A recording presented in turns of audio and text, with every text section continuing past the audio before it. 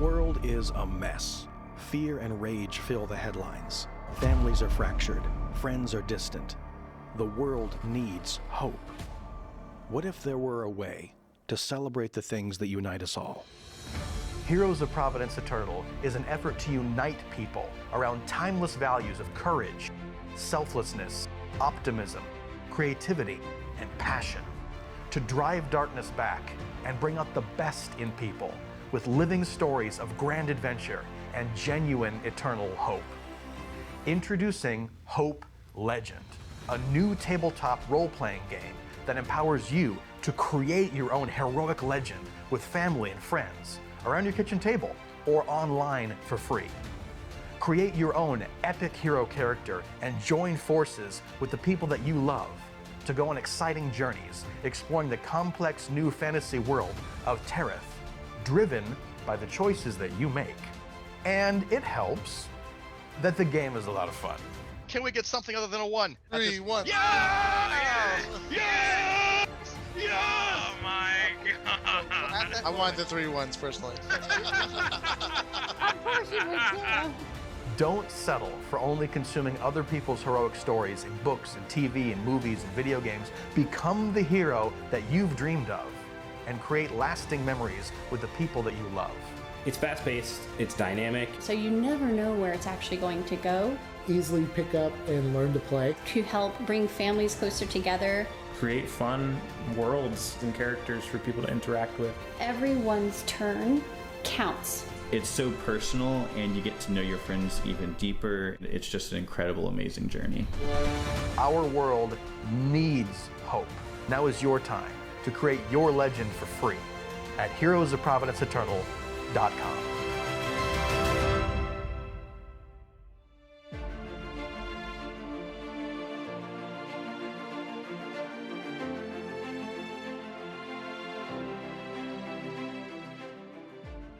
First of all, I would like to welcome all of our guests that are watching for our very first adventure into the Heroes of Providence Eternal. This is called the Genesis campaign. And whenever you start this particular campaign, there are many fun elements that we've added to help make each story unique and individual to each player. One of those is the Ulterior Motives. So all of our players, Kaz, V, Leo, Armando, and Issa, are going to be assigning themselves an ulterior motive that only they know about on their character sheets of something they personally would like to accomplish in this one play session. It can be, I want to collect a pretty rock, or I want to make a friend, or I want to overthrow the kingdom and become, all powerful. Scale it to whatever you think would be appropriate for you in particular.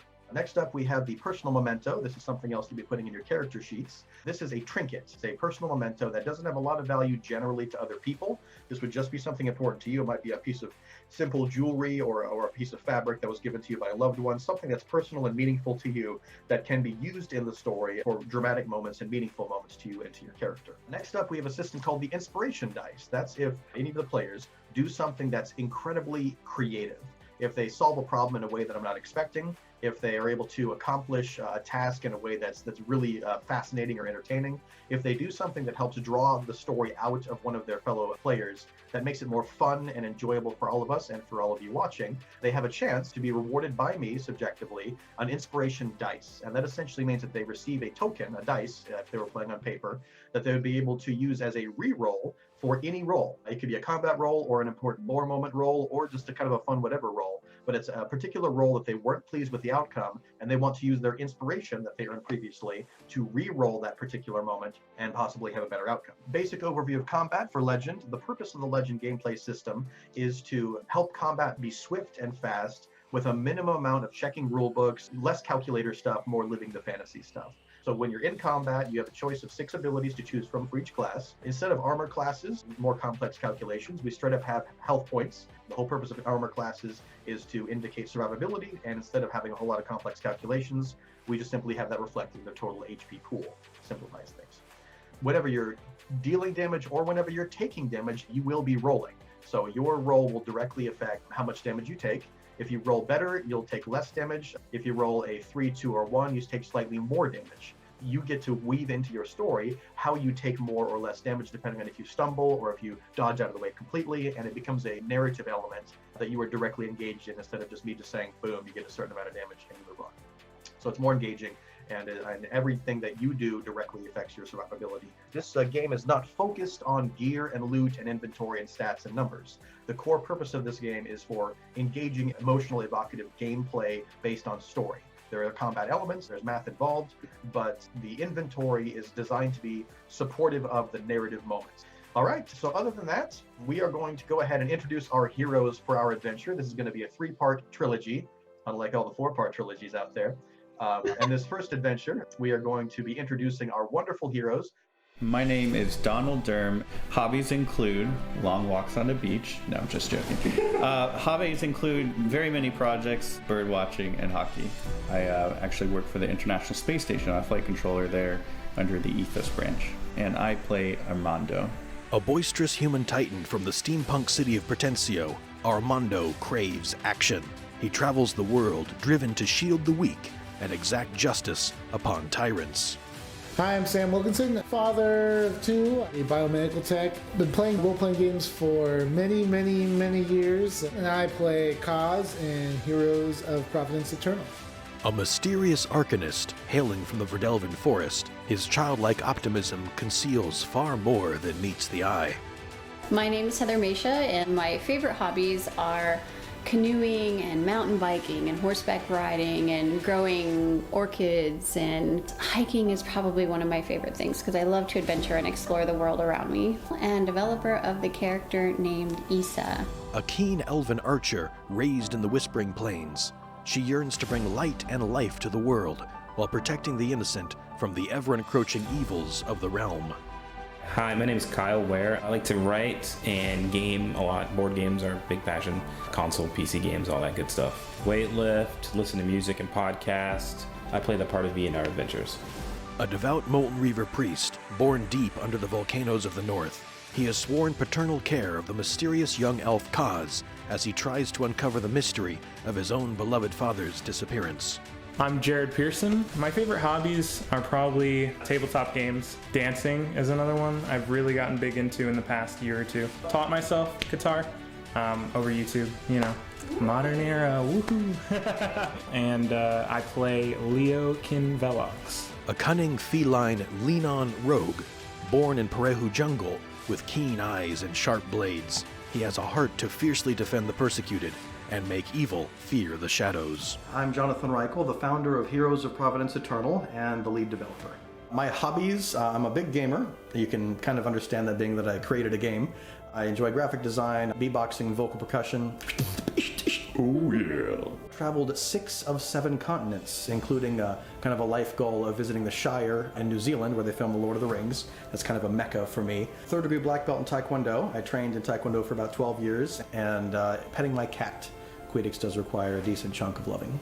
The Legend Master is essentially the lead storyteller and the referee of these games of Legend.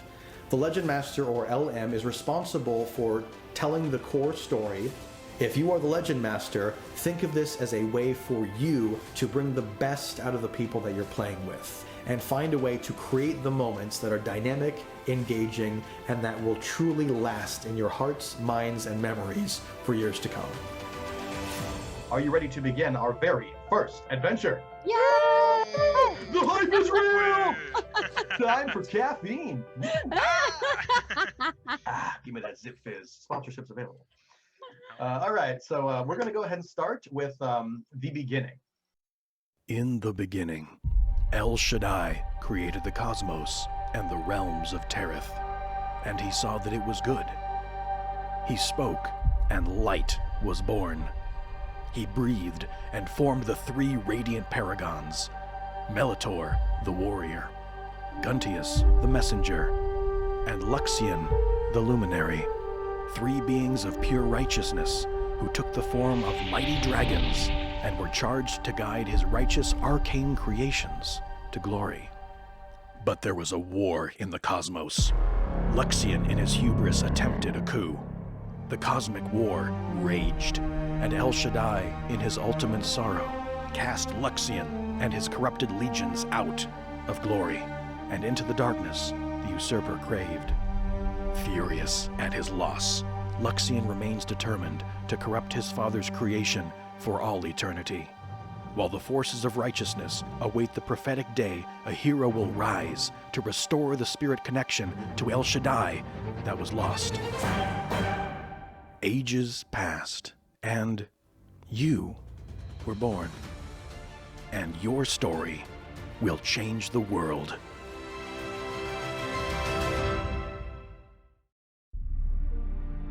Our legend together begins as you are asleep. In your vivid dreams, you see the face of your dear friend, Sister Ari. The beautiful elven priestess reaches down into the rubble of war to lift a weeping orphan into her arms. She begins to heal the child's dire wounds. The child smiles as she wipes tears from her wide eyes. Suddenly, cold terror grips you as a monstrous dark force overshadows her. Her face contorts in fear just as she shrieks your name for help. You wake up in a cold sweat. Not long after, you receive a mysterious arcane missive with a familiar seal. Your presence is urgently requested, and you begin your travels swiftly to the floating arcane city of Sanubis.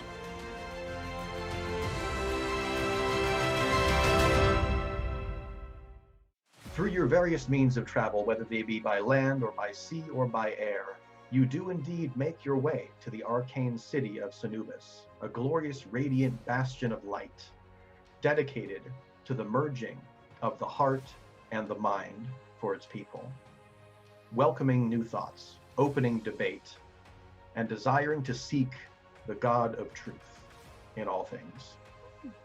As you approach the city, you see that it's bustling and vibrant, full of healthy energy and a fervor to help their fellow man. As you walk down the streets, you are moving your way towards the place of calling in the secret missive that you received just a brief time earlier. You approach the Wise Owl Inn, one of the favorite spots of the floating city of Sanubis. And the Wise Owl Inn is frequented by some of the most boisterous and excitable people of the city. And we will now begin our very first roll to see who enters this glorious and bustling pub first.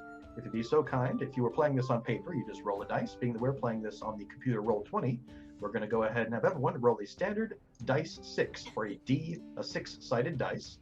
Armando, you get to enter the building first, and you get to do whatever you'd like. How do you begin your story? Okay, I will bust through the doors, and I will... Hello, everybody! How's everyone doing? And steins are raised as they see the mighty warrior, the mighty titan, 7 feet tall, give or take, entering the room. And Armando, feel free to move your character as you wish around the game board. Okay, I am going to go up to the bar to good old Gork. Alrighty. Fantastic. Hey, Gork, how you doing? Armando, I haven't seen you in way too long. Oh, it's been too long. Yes. You know my typical goods, right? Oh, I've got the very best for you. And Bring it on! He reaches out with a mighty hug and lifts you up and shakes you around and drops you back down. Gork Crush Laugh, the mighty orc who is the bartender of this fine establishment, begins clinking glasses with you, and you start sharing war stories. And you continue rousing with great energy as Kaz enters next. I would probably hold back and enter with V. All right. So Kaz, being the youthful-looking elf of 13, 14, 15, fairly youthful in appearance. We know elves' ages can be different than their appearance. You decide to hang back a bit. The lovely Miss Issa has an opportunity to enter as she wishes.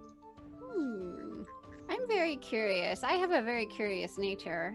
And as I come in, I'm going to actually make my way over to this very stern-looking owl gentleman.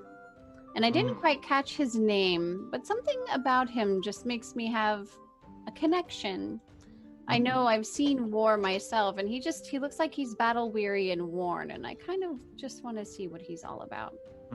So as you approach this 7-foot-tall Lux, they're gigantic, elegant, beautiful avian race. They're about 80% human, 20% snow owl in appearance. They are generally associated with the priest order and the priest class, and much of the weaponry is light-based in its energy source and in its function. So as you approach this very tall and mighty-looking titan of a bird, he stares at you through intense eyes, very suspiciously, and he kind of grunts. Are you Issa?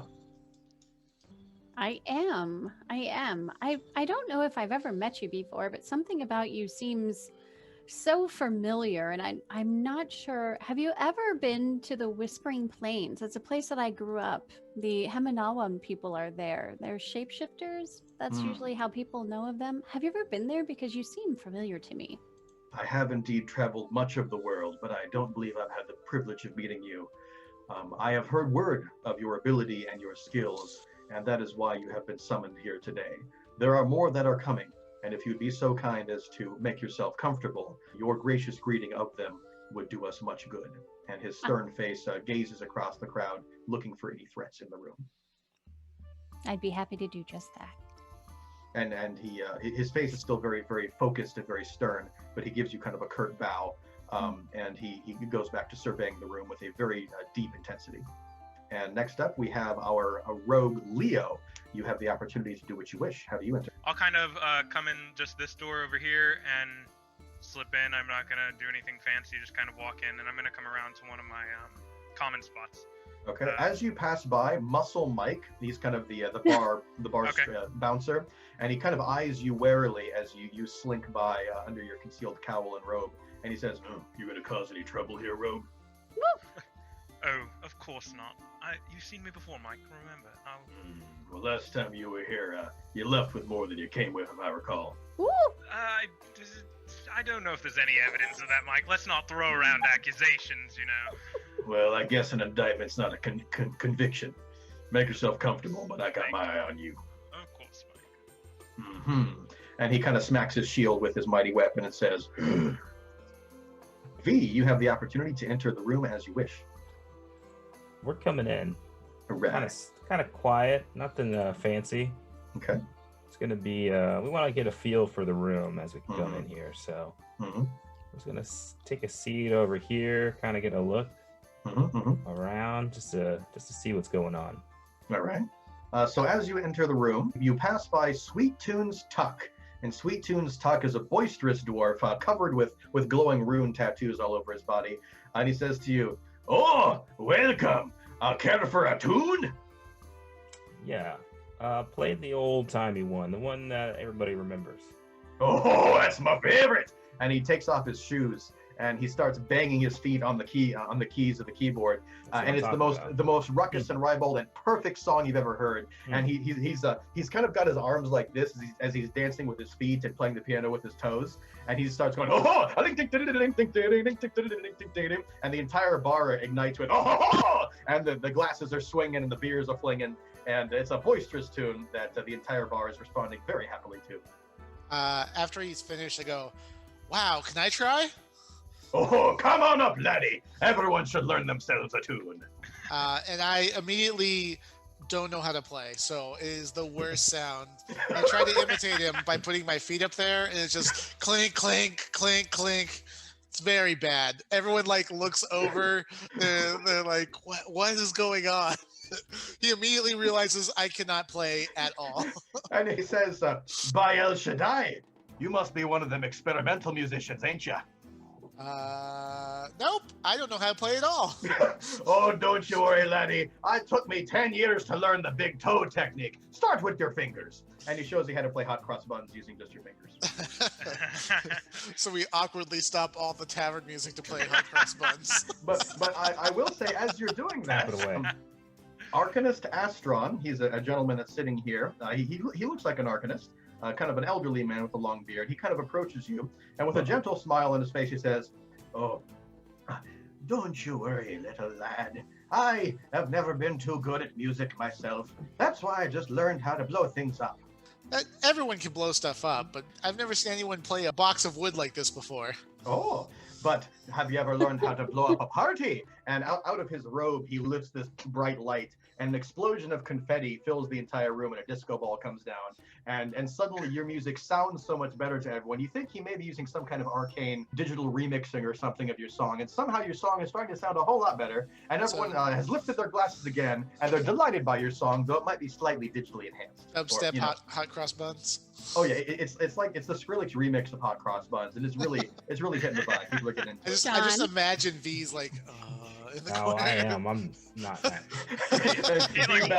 I want to cause a scene. Now we're causing a scene. All right. In the midst of all the ruckus and in the midst of all the excitement, the music is playing, the disco ball's doing its thing, people are vibing. Zachris up on the top right, he's kind of rolling his eyes, a little bit impatient and frustrated at how chaotic it is now. And he's kind of grumbling in the corner. But thankfully, all things change.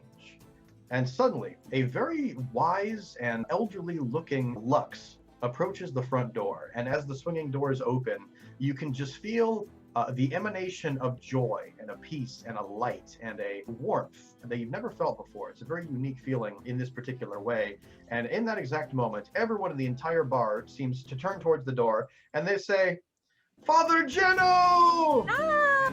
And in this moment, he opens his wings wide, this 7-foot tall, just mighty Santa Claus looking dude. He walks in and he says, "Greetings and blessings to you all." And with a warm smile, each of the patrons, Muscle Mike, kind of walks up and smiles and gives them a big hug. And Father Geno, as he's walking his way through, he's all joy. There are a few people that kind of stumble towards him a little drunk, and he just kind of touches them. And suddenly they're walking just a little bit straighter and cleaner, and they give him a big old hug. And he makes his way through, and he comes up to Kaz, and he gazes down at Kaz and says, "Well, hello, young one. There seems to be much more to you than meets the eye." And he kind of smiles warmly as he rests his soft hand on your shoulder, and he says, "How are you doing today?" I'm doing good. How are you? You look very old. Well, truer things are rarely spoken. And he gives a big guffaw laugh. And he kind of tousles your hair a little bit and gives you a little wink with a twinkle in his eye, and continues walking past over to Arcanist Astron here, and he says, "Oh boy, did you do this disco ball thing again?" And the Arcanist is like, "Well, you know, we gotta find some way to keep the kids engaged these days." And Father Geno goes, "Oh, isn't that the truth?" And he smiles, and they both bow towards each other as he makes his way over to the corner here. And he glances over at B, and he says to you, "It's rare to see one of your kind this high up in the clouds. I trust that you're the one that was called." Yes, I believe so. "We do have urgent things to talk about. If you'd be so kind as to join me over near my friend in the corner." Okay. And he makes his way over past Gem Sully, who's hurriedly trying to take care of all the patrons' needs of food and drink. He smiles warmly at her, and she curtsies back as Father Geno walks by. And he kind of levitates up and around the chair here, and sits down as Zachris bows very deeply before Father Geno. And Zachris kind of blends back into the shadows here, allowing for, obviously, someone that he respects to have a seat at the table. And in a moment, all of you from all across the bar, whatever you're engaged in, you have kind of a thought in your mind that's very warm and very welcoming, just gently calling you and inviting you graciously to where you think this rather aged but welcoming Lux of an owl is sitting over in the corner. So feel I'm free going to to get move. a whole lot closer. That's right. So as you all approach, it's just kind of a kindly magnetic warmth. He sees Armand approach, and he says, "Oh, lad," and you're almost the same height. Both of you are remarkably tall dudes. A little more frail. He's got a little bit of a tummy to him at his age, but he looks at you and he says, "Oh, I can tell that you've been through much, my son, but you continue to press on." Yes, Father Geno. And can I buy you a drink? "I would be delighted." Ah! As a friend of the mug, he lifts up a mug to you and he offers a clink. "To health, happiness, and joy for all time." And he guzzles it down and kind of rustles his feathers with a joyous delight. I'm gonna be guzzling it, and I'm gonna be looking at him kind of with my eye and try to guzzle it faster. And he guzzles faster. Oh! He goes, oh, it seems I've lost some things with age, my boy, but you still have it. I've got it. And he clinks mighty chalices with you, and he plops down in his chair, and he's all a twitter with joy. Seeing how much fun that looked, I will wait till V tries to take a drink and then try to drink faster than him. All right. So you're kind of looking up at V, kind of trying to impress him a bit, maybe. V, what do you do as you're looking at Kaz there? I can tell that he wants to drink. And what do you say? He's already caused one scene, and I'm like, I need to take a seat. Wait. Okay. Let's see what's going on. All right. But didn't that look fun? It's fun. Please, just can wait. We? No. We already still have confetti. All right. And Father Geno kind of notices the interaction there, and he smiles warmly as kind of the father figure V provides a bit of wisdom to the youthful Kaz. And Leo approaches. Leo gives that an approving look as well as he looks at V. He'll kind of be off in the distance a little bit, and he'll approach a little more. Father Geno, it's good to see you. Have you called us here? It is a delight to see you. I have heard much about you, and you certainly have been through much, my child. And he bows to you in a gracious way. With his wide white wing, he offers you the comfortable seat at the very head of the table, if you would like to sit there. I will accept, yes. While this is going on, I lean over to the lady next to me and go, "Hi, I'm Kaz." Hi, Kaz. I'm Issa. Issa, this is V. He points next to him. Hey, I'm sorry. Excitable one. It's okay, V. I have a sense that he's a young, curious one. He's learning. Ah, that's wonderful. It's good that he has such a solid, wise guide with him, and to protect him and keep him safe. And tasting. The floor here is weird. That's right. Are you It hasn't hurt him the yet, floor, so- you said. Is that? Oh yeah, with my feet. Father Geno looks over at Armin and says, Is that why you don't wear shoes? I think some of that on the ground may be from our chalices. Oh, I don't wear shoes at all.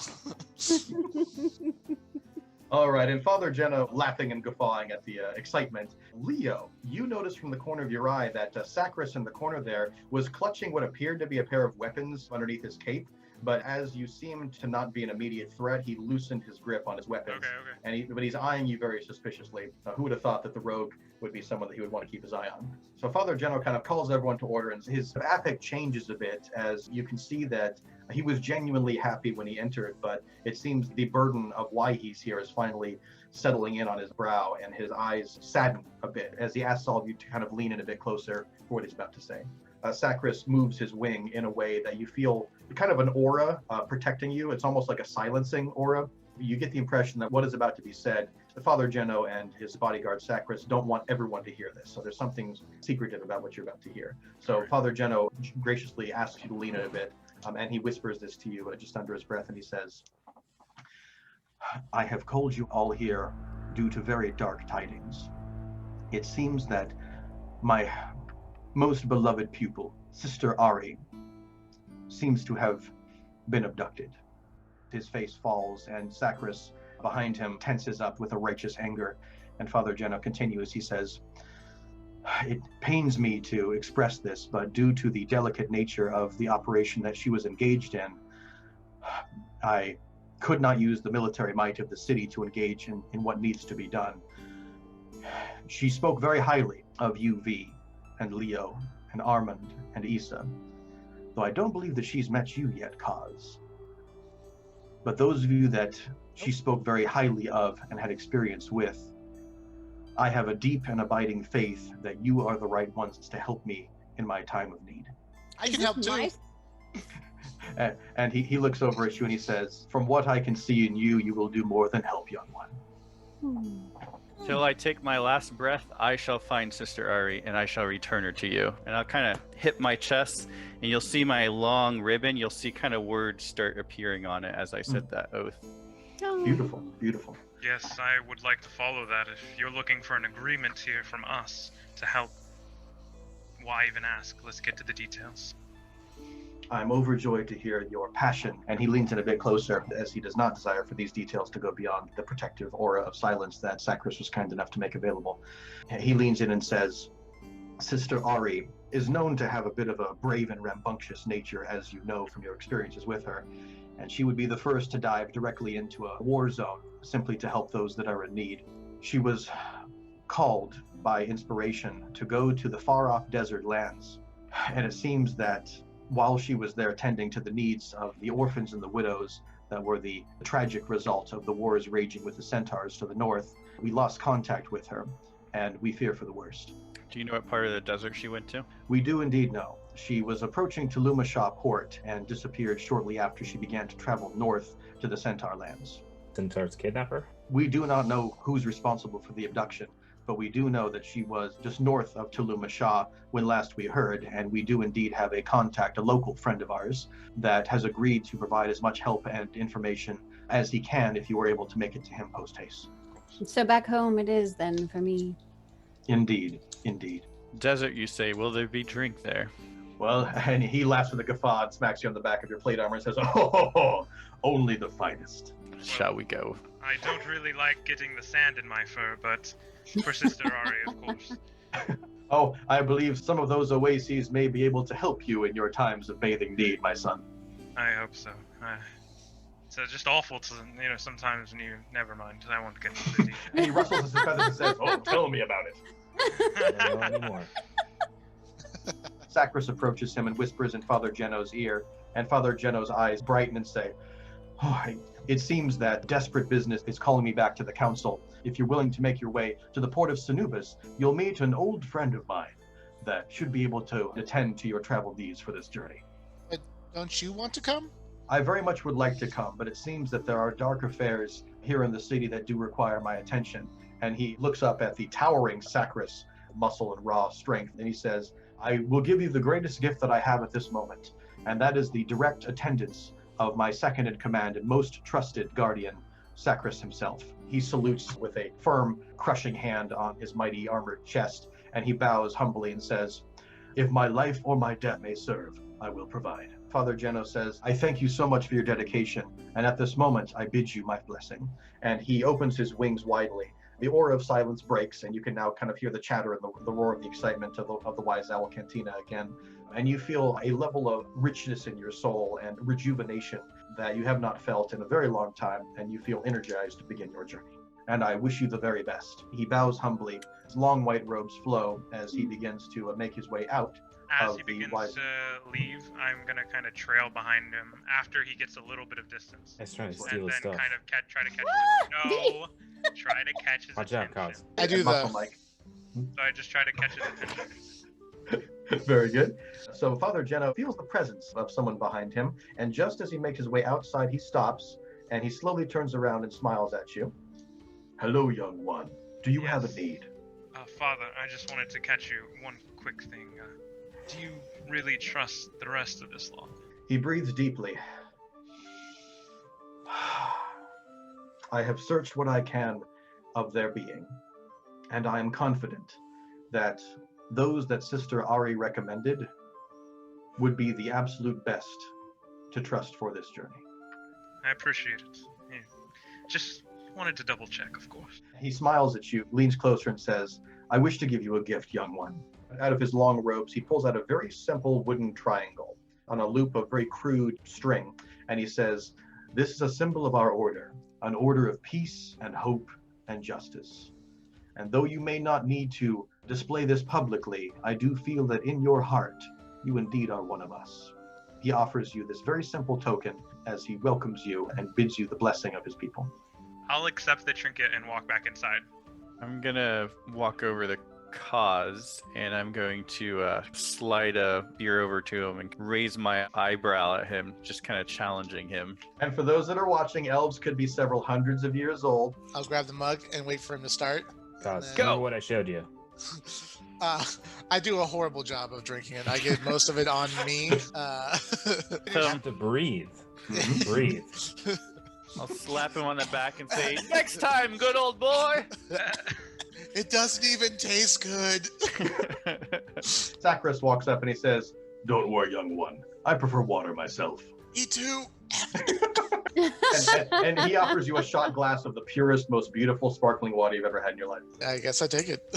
He clinks glasses with you, and he downs it in like half a sneeze, and you work on it a little while. Sakris, can you fly? Oh, have you ever spent time with the Lux people, my boy? No, that's why I'm asking.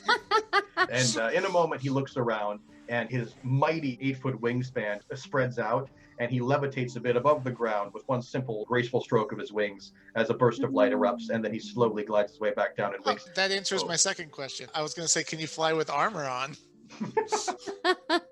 Oh, we have a special kind of training for that. V says a lot of people have trouble because they skip leg day, so I guess you can't skip wing day.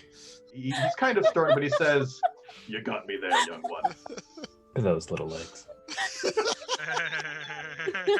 And Sakris glances at the glowing runes on the wall, reading the time, and he says, "I best be moving towards the direction of the docks. I'll see you there shortly." And his mighty armored self makes his way towards the door. He eyes Muscle Mike very suspiciously, and Muscle Mike kind of backs up slowly, knowing that you don't mess with Sakris at this point. And Sakris makes his way all the way out of the building. I am going to be following him because I'm just amazed by his armor. It's some pretty gorgeous stuff. This is light forged armor, and it is very pricey, and this guy's been through some stuff, so he needs the best. I'll grab some light supplies and start heading to the docks. As they leave, I'll probably try to follow them. While you're grabbing supplies, I'll be like, hey, if you need money, I can give you some. Madame Scowl was turning around and she says, "Oh, I do declare, normally I don't really like your kind, but if you're offering free money, I might be interested." No, don't do it. Let's go outside. Let's head outside. She holds out her purse, He ready drags to me outside. Let's go. I'm like, outside. but they need money.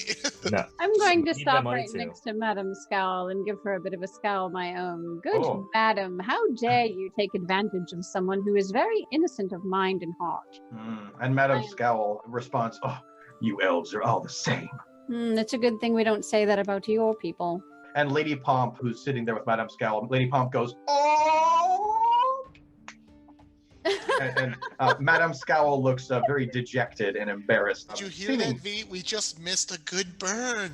And We'll Gork, do more, don't worry. Yeah, Gork Crush Laugh, the bartender goes, Man, I bet it was real good. Madame Scowl buries her hands in embarrassment in her face, and she just returns to her grog that she was eating. And Lady Pomp just kind of laughs at her and goes, "Oh, dearie, don't mess with the elves." And the din and the excitement returns as Sweet Tunes Tuck plays a rousing tune, and you all exit the Wise Owl. So shortly after your meeting, adventurers continue their journey down to the port of Sanubis. Of course, Sanubis is a floating city, so they find their way to teleport down or griffin down a half mile or so that the city is floating in the clouds.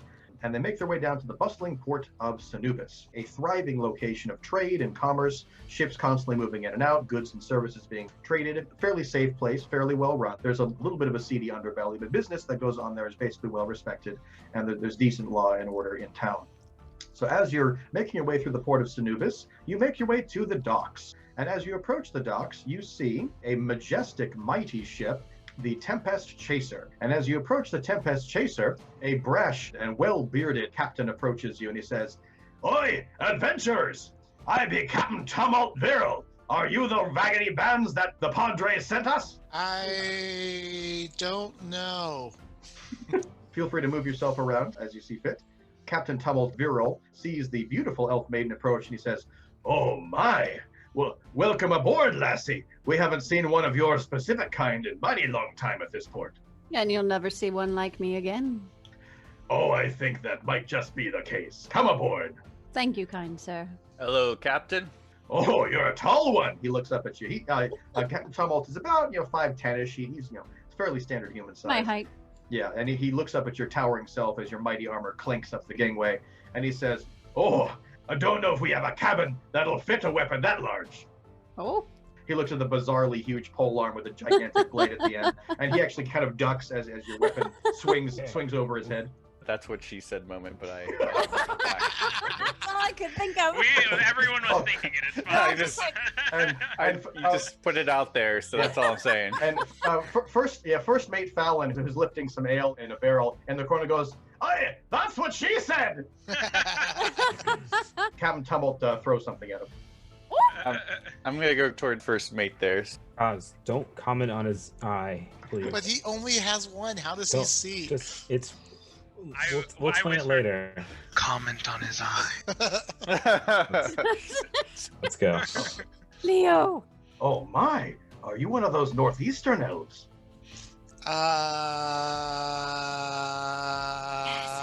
I see you're good at saying your vowels. That's good for a lad your age. I just whisper He's again. still- I whisper again to him. All right, so Eye. we're gonna. Nice to meet you. I'm Kaz. I have 2 eyes. Oh, you're one of those lads. Don't you worry. And he lifts up his patch, and it's just this weird gouge. Stuff has happened there, and he says, "You want to know how I lost my eye?" Yeah, I reach up to touch it. Okay. He lets you touch it. It's mostly kind of peeled over, but it feels weird. It's kind of cool. And he says, "Well, let me tell you, laddie." You look down at his peg leg. Of course, I got me peg leg when I was out fighting the pirates of the north, and one of their mighty blades slashed me leg, and that's how I got me peg leg. You probably stare at his hook. He's got it there, and he says, "Well, I got me hook when I was a fisherman of the South Seas. There was this mighty shark that jumped up, and it bit me hand off, and that's how I got me hook." You probably want to know how I got me eye patch too. Well, a bird crapped in me eye. What? And then, and he says, "Oh, well, of course, it was the first day I had me hook." Oh no! I will lean over to V and go. I don't think he's very lucky. I kind of. told you not I to kind ask. of. I kind of I said I have 2 eyes. I didn't ask about his eyes. I kind of flourish my robot arm Oh, yeah. from Anubis, and I'm kind of like, you should have got something more enhanced. He looks at that. He actually becomes very interested and says, "Oh, the craftsmanship of that is truly impressive. Could that be? Did you have that installed by?" He kind of looks at you knowingly, as if he recognizes the arcane machinery of the arm, and he glances at you knowingly. Yes, she does excellent work, doesn't she? That she does. That's why we're doing what we're doing, lad. And he kind of winks at you as he continues wrapping some rope around his hooked arm. Yeah, I'll kind of pass by and join Armand over here. Hey V, do you think you could feel it if I touched his robot arm? Don't touch it. That's not the right time. Okay. Later though. Yeah. And Sacris just basically, he's rubbing his temples. He's doing this as he slowly walks up the gangplank, and he's like, "Oh, this is going to be a long trip." And Sacris, you've been around so long. He trudges his way all the way up front. He stares very intimidatingly at Swabby Knave, and Swabby Knave is giggling and laughing mischievously until Sacris just thunders up with mighty metallic foot armor, and he goes, boom, boom, boom. Swabby Knave looks up and stops his mischief, and Sacris goes, "I'm not going to have any trouble from you this trip, am I?" And Swabby Knave wets himself thoroughly and says, "No, maybe not." And Sacris narrows his eyes and says, "Good." And he makes his way up to the very front of the sails, and he looks very intently surveying the bustling shoreline, looking for threats. I'm gonna back away from Leo and kind of look at him quizzingly and say, "Is there a reason that you're over here?" Oh, I was just capturing the view with you. I don't care for your kind, sir. You can step over there. My kind? What do you mean by that? I know your background. Oh, okay. I thought you meant my fur. No, I have nothing wrong with your fur. Of course, because that would be a much different story. I'm fine with you being uncomfortable with my type. Many people are. I'll give you some distance. Don't worry. Thank you. Yeah, I'm gonna see what Kaz is up to. And of course, high up in the rafters, Sammy sails a young boy. He looks 14, 15 maybe, but fairly thin, but very agile. Very gracefully, he wraps a rope around his arm and does this huge, cool, like Pirates of Penzance swing all the way around and down the rafters. And he lands directly at the feet of V. Sammy sails, looks up, and he says, "Are you a real Molten Reaver?" And I am. "What do you guys look like under the mask?" You'll never know. It's a secret. Wow. And he just looks all the way up and down at how extremely badass and awesome he look, and he says, Can I hold your weapon, the hammer there? How heavy is that?" It's pretty heavy, but no. Wow.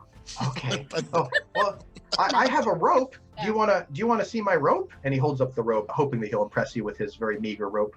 I've seen rope. Okay. I've seen some fine ropes. I understand. Well, thank you for letting me meet you, sir. And he backs up, kind of embarrassed, and he tries to busy himself over here at the cannon, but his rope was clearly not impressive.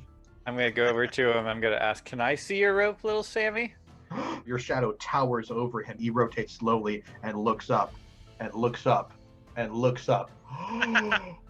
Oh, are you a Titan? That I am. And that is a fine piece of rope there, Sammy. And he's just, oh, my rope, yes. What do you think of it? And his quivering hands kind of present it to you, hoping that it'll impress you. That is the best, finest piece of rope I have ever seen there. Could I have it, Sammy? Oh, yeah, yes, please. I've got so much of it, but this is my favorite. It's not a very long rope, but it's my very favorite. Would you use it on your adventures? Absolutely. I'm going to kind of take out my pole arm. I'm going to tie it around it and kind of tighten it up next to my arm. He starts to stumble backwards over the cannon there, and he's about to lose his footing and fall on his head with excitement. Catch him. He just stares. Roll me a d6 armor. Let's see if you're fast enough to catch him. Yeah. Okay, I'll reach out and try to catch him. 3. All right, so that's just fast enough that you get to tell us how you catch him and in what way.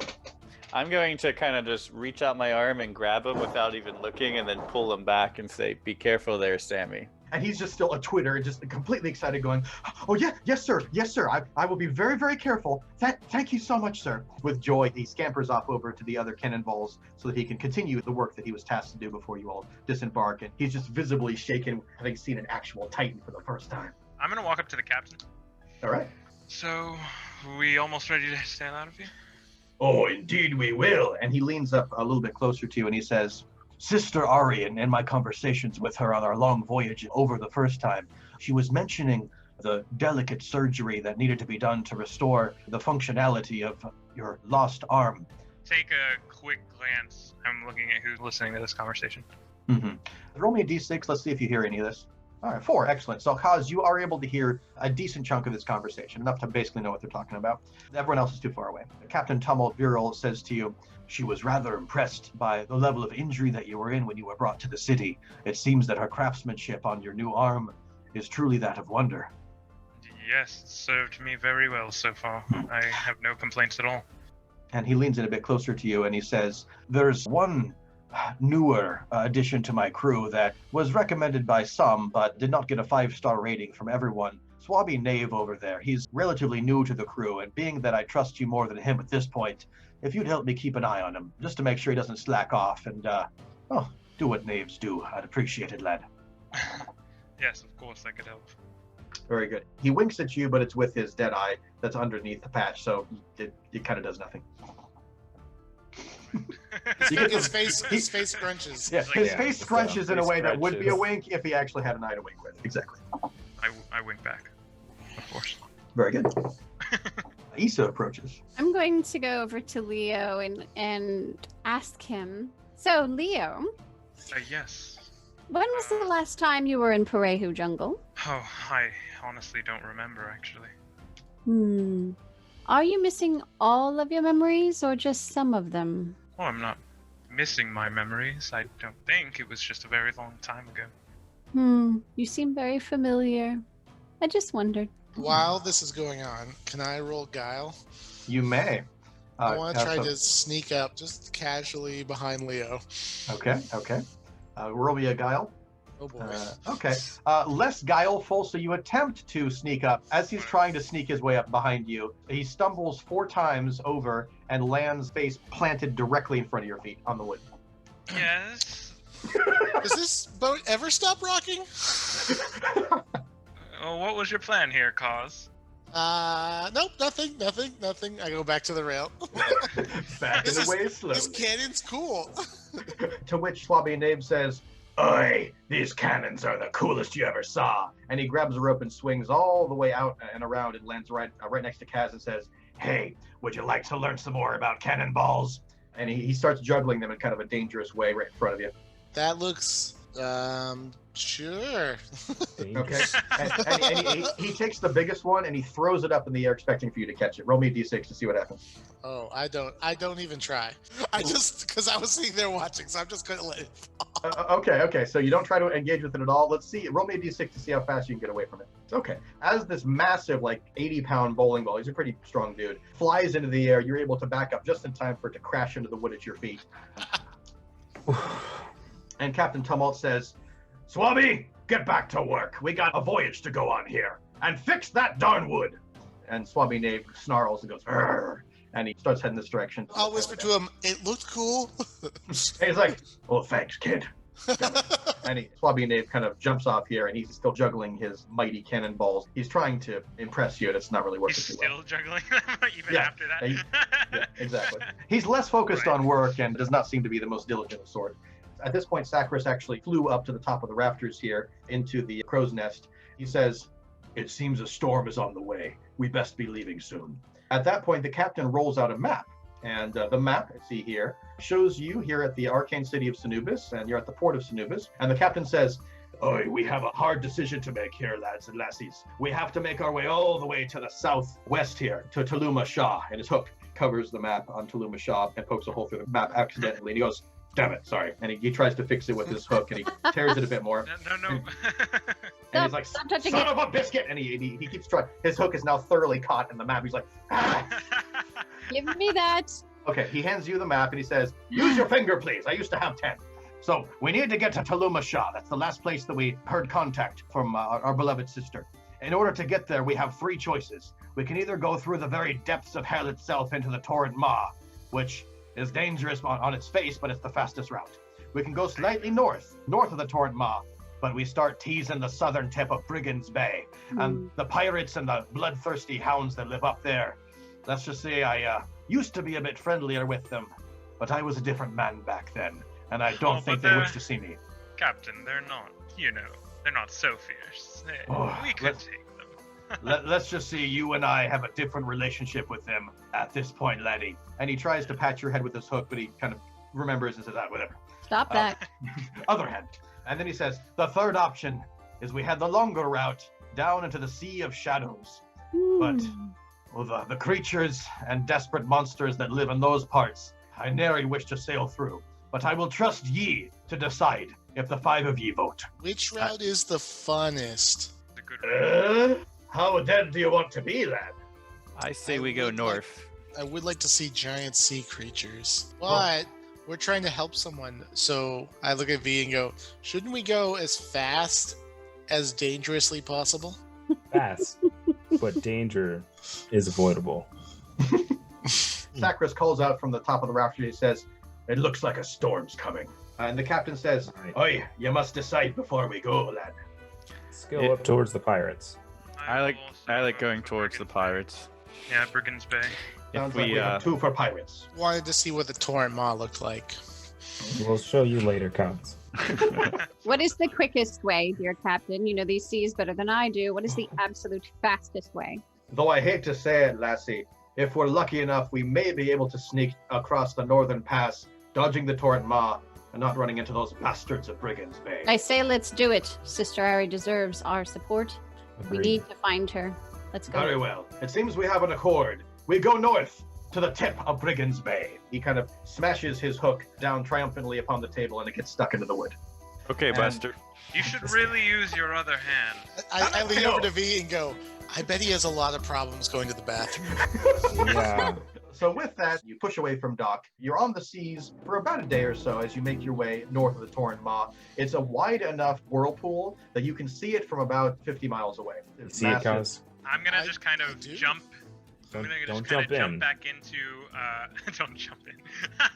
No, I just jump off the boat into. No, I'm just kidding. Cause, come on. No. Cuz, don't listen to him. No, I'm gonna just kind of join in with the crew out of like kind of habit and start just doing all the things to maintain the ship as I formerly was able. Perfect. And as you're doing that, Sammy Sells walks up to you and he says, Could I have your help with these sails? My arms aren't quite big enough to reach the furthest one there. Can you give that a tug so we can rope it off? Oh yes, of course I could. But when I was your size, I was able to maintain these sails. Maybe you should try get a little stronger like me. Oh my! What do you recommend? You have plenty of time out on this water, you know. Plenty of exercise and eat well. That can be a little difficult out here, but... Did you eat grog too nonstop? No. Let me get you something. I kind of pull some better food out of my pack, and I'll give it to him. Thank you, I appreciate that. And you see him visibly become inspired as you kind of navigate the ropes and swing around super coolly, and it looks awesome. I have a question for you real quick. Yeah. So I have an ability called Comet Storm, but I want to just try to harness the storm aspect of that and try to accelerate our sales if I can. Sure. Because you're not actually using the ability, roll me a d6 to see how you want to use this creatively. And I'm very interested to see where this goes. Oh! Did you just roll a 6? Boo, boo, boo, boo. Oh! All right, ladies and gentlemen, this is a sacred moment right here. Not only was he able to use a combat ability out of combat to help propel you forward, he happened to roll insanely well, so I indeed am going to reward our very first ever inspiration dice to Cause. Da-da-da! Hey, well done, well done. Creative use of game mechanics, and you happen to roll incredibly well, so that combines to the very first delivery of the inspiration dice. As V walks up and goes, Kaz, what are you? I finish harnessing the magic, and everyone like jerks back as the boat's like propelled forward faster. Yeah, so it's like in every good anime, whenever they hit hyperdrive, it's like, it's ludicrous speed! and people are like holding on to the ropes with legs flinging in the air. So while that's happening, Kaz, it seems that there was a remarkable amount of fanfare and lights that exploded up in the sky, and it seems to have drawn a little bit of attention. And you hear a mighty crack of a cannonball from farther up north.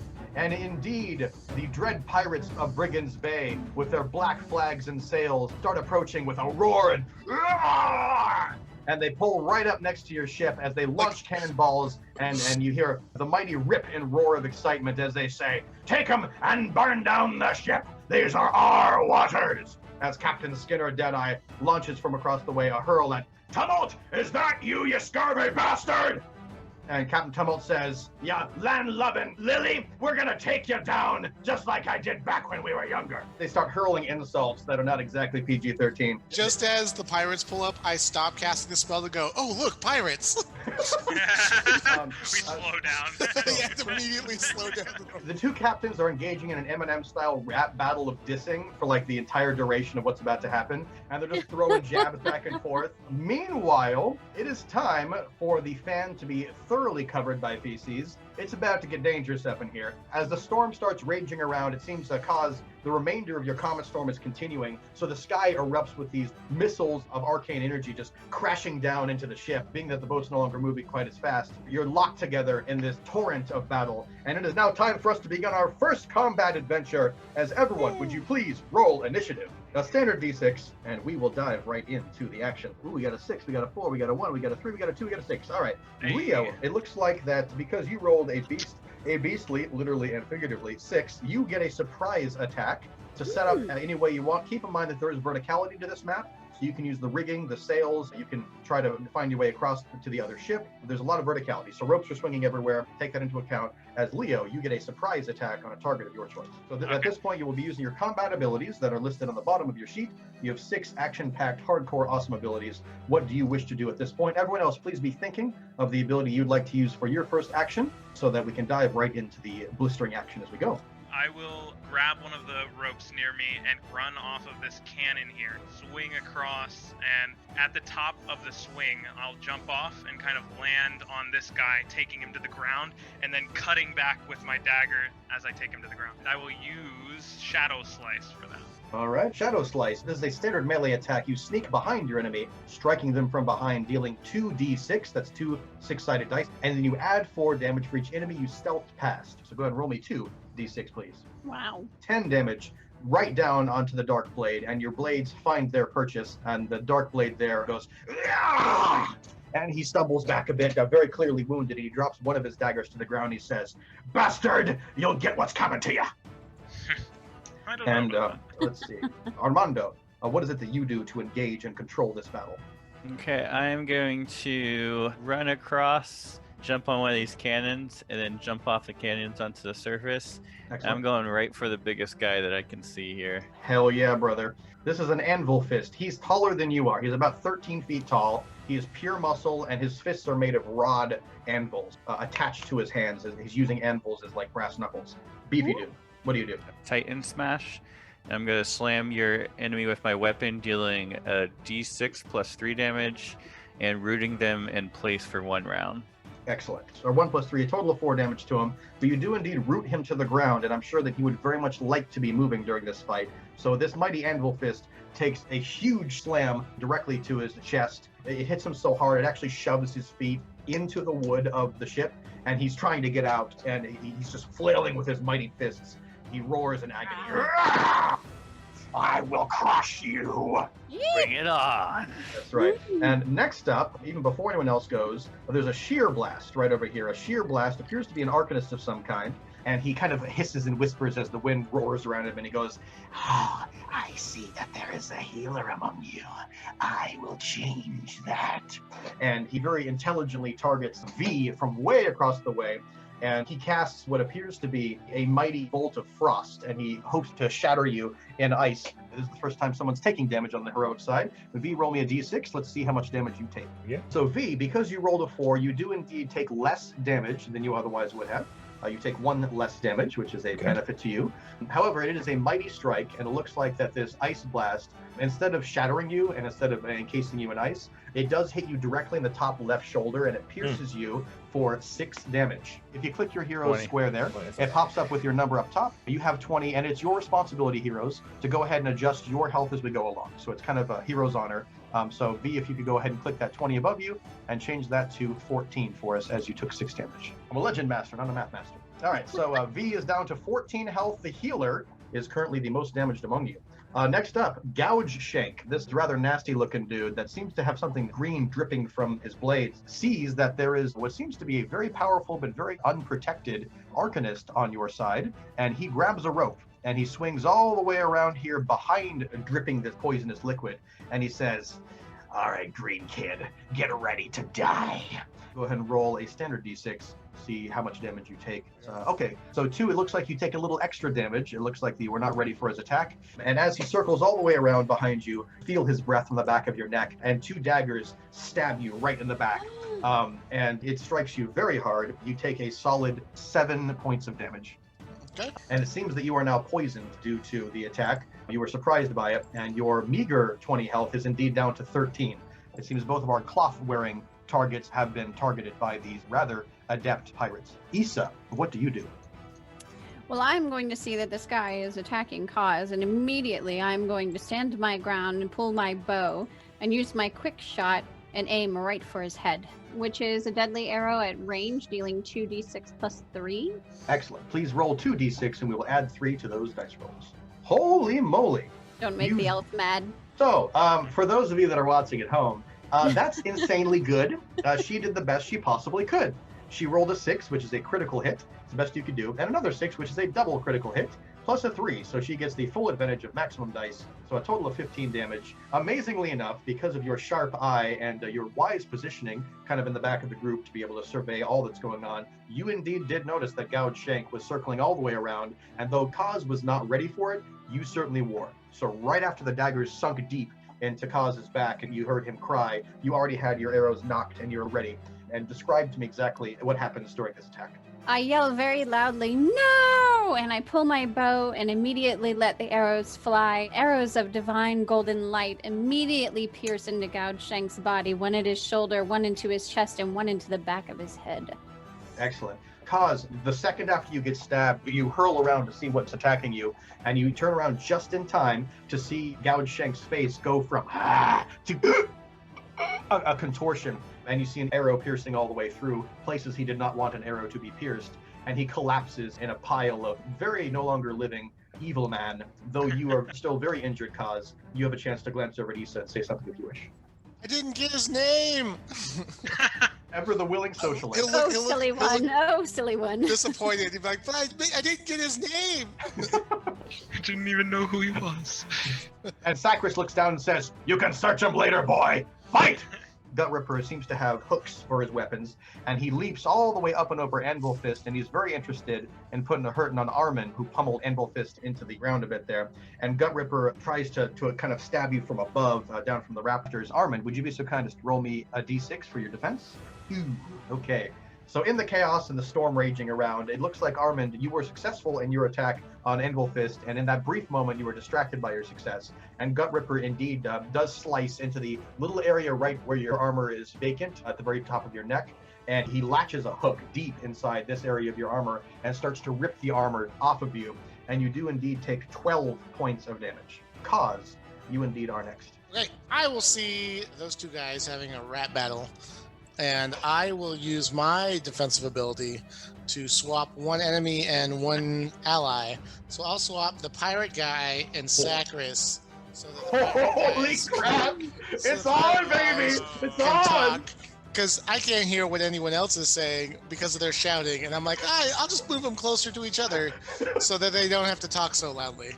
All right, would you be so kind as to read what you are doing in the badass nature of this? It's Arcane Exchange. It's a standard defensive ability. Envelop one visible friend and one visible enemy in arcane energy, swapping their places through space and time. So I'm going to swap Sacris with the other pirate captain, putting them very close to each other, and Sacris on the enemy ship so he can go destroy things. Oh, it's go time, baby. It's go time. Yeah, and you can go ahead and swap them yourself if you'd like. All right, so you're arcane exchanging Captain Skinner Deatheye with the mighty and very pissed off Sacris, and it's on. It's on like the break of dawn. So with that remarkably excellent ability, Captain Skinner Deatheye is a bit surprised that he's now within punching range of the dude that he's rat battling. As they're rat battling, they're now close enough that they start like breakdance battling as they go. It's like, oh, you want some? And they're like tapping heels together as they're going, and they're swinging blades. And Captain Tumble has like a hook he's flinging around, and he catches Skinner Deatheye's hat with it, and he's going, ha ha ha ha, yo mama, and they're getting at it, baby. It's like this is the ultimate showdown of rap battles, and they're getting at it. It's real. Have they accomplished his goal? Are they a little quieter now that they're closer, or they just got like louder? As a kindness to everybody, Sacris, as he was being exchanged, Sacris is very well attuned to the arcane ways. He's aware. He's been around a while. He knew what was coming. So before he left and before he got swapped with Kaz's ability, he went ahead and popped one of those little cone of silence abilities to quiet it down a little bit, take the volume down a little bit, so the adults can get their fighting out of it. Here what's gonna happen. Exactly. So Sacris is now, the Hulk is unleashed, and Sacris looks over at Armand, and with a knowing glance, he's like, brother, it's go time. Next up, we have V. People are hurting. I'm going to use Rebuke on old Gut Ripper. Rebuke. Reach forth your hand, manifesting a righteous light, striking enemies, and then healing +4 to any ally, basically. Great. So it's 4 + 4, total of 8. So you're stealing health from him. What ally do you give it to? Armando needs a little bit of loving right now. Yes, he does. Armando could use some mighty rejuvenation. I thank you, sir. That's right. So with that, Gut Ripper does indeed feel the life force energy leave a portion of his body, and he cries out with an ah, and he kind of contorts. And I'll scream back, ah! Ah! It's like a Tarzan yelling session for a solid 10 seconds. I'll look back at V and go, why are they yelling? They're right next to each other. Can't everyone just be quiet? The sound of the water makes it louder. And they both start doing a haka dance. It's like, it's very intimidating. Anvil Fist joins in with a haka, and they're all trying to outmanly each other. I don't understand why everyone's screaming. Why are they yelling? I don't know. Humans always just scream when they fight. It's true. It's true. Due to the might of your breath, Armand, Gut Ripper is starting to his life has been sucked out of him a little bit, and he's kind of intimidated by you, so he starts stumbling backwards, and he falls down on the ground. And it is indeed Leo's turn. Excellent. I will actually just smoke bomb though this turn. So after I kind of come down on this guy, get a slash at him, I'm gonna like drop a smoke bomb and kind of disappear. The smoke bomb is a standard defensive ability. Exploding a smoke bomb at your feet, I return to stealth and evade all damage for 1 round. The next round, I add 1d6 damage to your next attack, plus 2 damage for each foe you stealth past. Right, so this is the ultimate setup ability for a rogue to start comboing crazy amounts of damage. Okay, so right when you do that, it seems that the very quiet and heretofore unannounced Scream Bolt has been pulling back an incredibly large bolt in his crossbow. It looks beefy, and it looks like it's more mighty than just a hunk of metal. There's something weird about this bolt. And he has been aiming it at the beautiful Issa at the far edge. Holy crap, it's about to go down. So, Issa, I would like for you to roll a defensive d6 to see what hells await you. Okay, 4.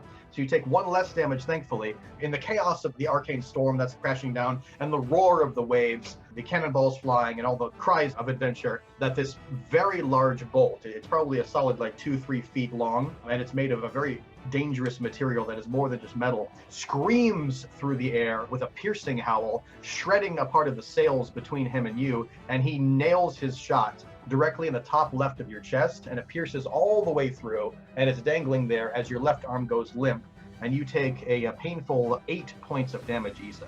Coming up next, we do indeed have Armando. I would like to climb up, grab onto Scream Bolt, throw him down, and as he's falling down, I want to do a shockwave down into the ground. So basically, I'm falling with him. So I grab him, pull him off, and I'm going down with a shockwave right in the middle of as many people as I can. Fantastic. I like the idea. Roll me a d6 before you do it to see how successful you are at the bonus cool thing you want to do. Okay. Excellent. Okay. We can work with that. So you get to describe exactly how you do it, and then you'll roll for the damage. Okay, I run up, I grab onto Scream Bolt, and I throw him down, and as he goes past me, I basically jump down. I'm going to do a shockwave right in the middle of 3 or 4 of these guys. Fantastic. You're a 7-foot Titan. You're really beefy and insane. You can straight up leap up into the air. I'll let you leap the 15 feet, or the 20 feet if you want. Okay.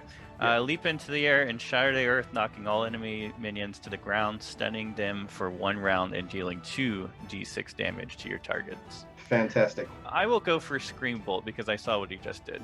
Excellent. So as you do that, Scream Bolt was definitely not expecting for a 7-foot tall, super beefy dude to jump from the deck of the ship 20 feet into the air and basically crush him like a Mario mushroom. So it's about to get funky. Ship just kind of like, yeah. Well, it's even better. It's even better. So when you do this, check this out. The might and girth of your armor and your strength and your momentum, you straight up are able to flatten him like a frickin' mushroom. And you shove the masthead down through the boat, and the boat starts taking on water as it rocks the entire boat. And all those enemies on the boat were not ready for that. The other heroes on the boat, they knew it was coming. They saw it in the corner of the eye. But the bad guys that were fighting the heroes, they were not ready for it. They all, indeed, are knocked to the ground. Scream Bolt is now a 2-dimensional mushroom left over by Mario. Oops, oopsies. Yeah, and so his name. And he screams, "Bolt!" And he is very, very no longer among the living. First of all, round of applause for that freaking awesome use of game mechanics. And Armand, I would indeed like to bestow upon you for creative use of game mechanics and insanely good rolling, your very first ever inspiration dice. All right. Coming up next, we have Steel Slice, our friend at the bottom right here. He happens to notice that V over in the corner there looks way too comfortable. So he indeed grabs a rope, and he's going to swing all the way around here. And he's going to miss you on the first time. Son of a bitch! And then he rolls all the way back around. I'm going to get you! And he comes all the way back around again. He slipped a little bit. And he comes all the way back around again. Because he messed up a little bit on his first way around, you see what's coming, so I'll let you roll a d6 to see if you're able to shut him down before he's able to unload on you. Okay, so as he's trying to swing and slash at you, he tries to connect with a little bit of damage, and you do indeed take 2 points of just kind of nick damage on your shoulder, but he slips off the rope and crashes down at your feet, and he's just flailing with his weapon like, he's very sloppy in his attack, trying to slice you up. It's just a flesh wound. Indeed, it is just indeed a flesh wound. As you're doing that, Captain Tumult lands a beefy one-liner on Captain Skinner. Yo, mama's so fat, her belt size is the equator! And Sheer Blast in the corner goes, oh! I say, oh, also. Like a little squeak in the corner. And Captain Tumult goes, and he lifts his eye patch and doesn't wink at you when he tries. I'm going to survey the entire both decks. Is it okay if I actually jump up to the crow's nest so that I can shoot down? You can. So I'm going to do that. And I want to look down and survey all the decks and use my Sniper's Wrath ability. Ooh. So Sniper's Wrath is an epic ability. It's about to get hot up in here. I would like to do that. So pretty much everyone is outside my melee range. So that would mean 1, 2, 3, 4, 5 arrows. So I'm going to roll. So you did not roll a 5 or a 6, but you do indeed deal 7 damage to all those outside of your melee range. And the only one that would be inside your melee range is Gouge Shank, and he's super not alive anymore. So literally everyone on the map that you don't like does indeed take a shot of 7 damage as you rapid fire a large amount of arrows, nailing their targets quite succinctly. So as you do that, Sheer Blast, the enemy caster over here, takes it directly into his abdomen, and he goes, "Oy vey!" and sucked up into the waves. And Became it's no Jewish longer real fast. Yeah. well, it's on his mother's side, darling.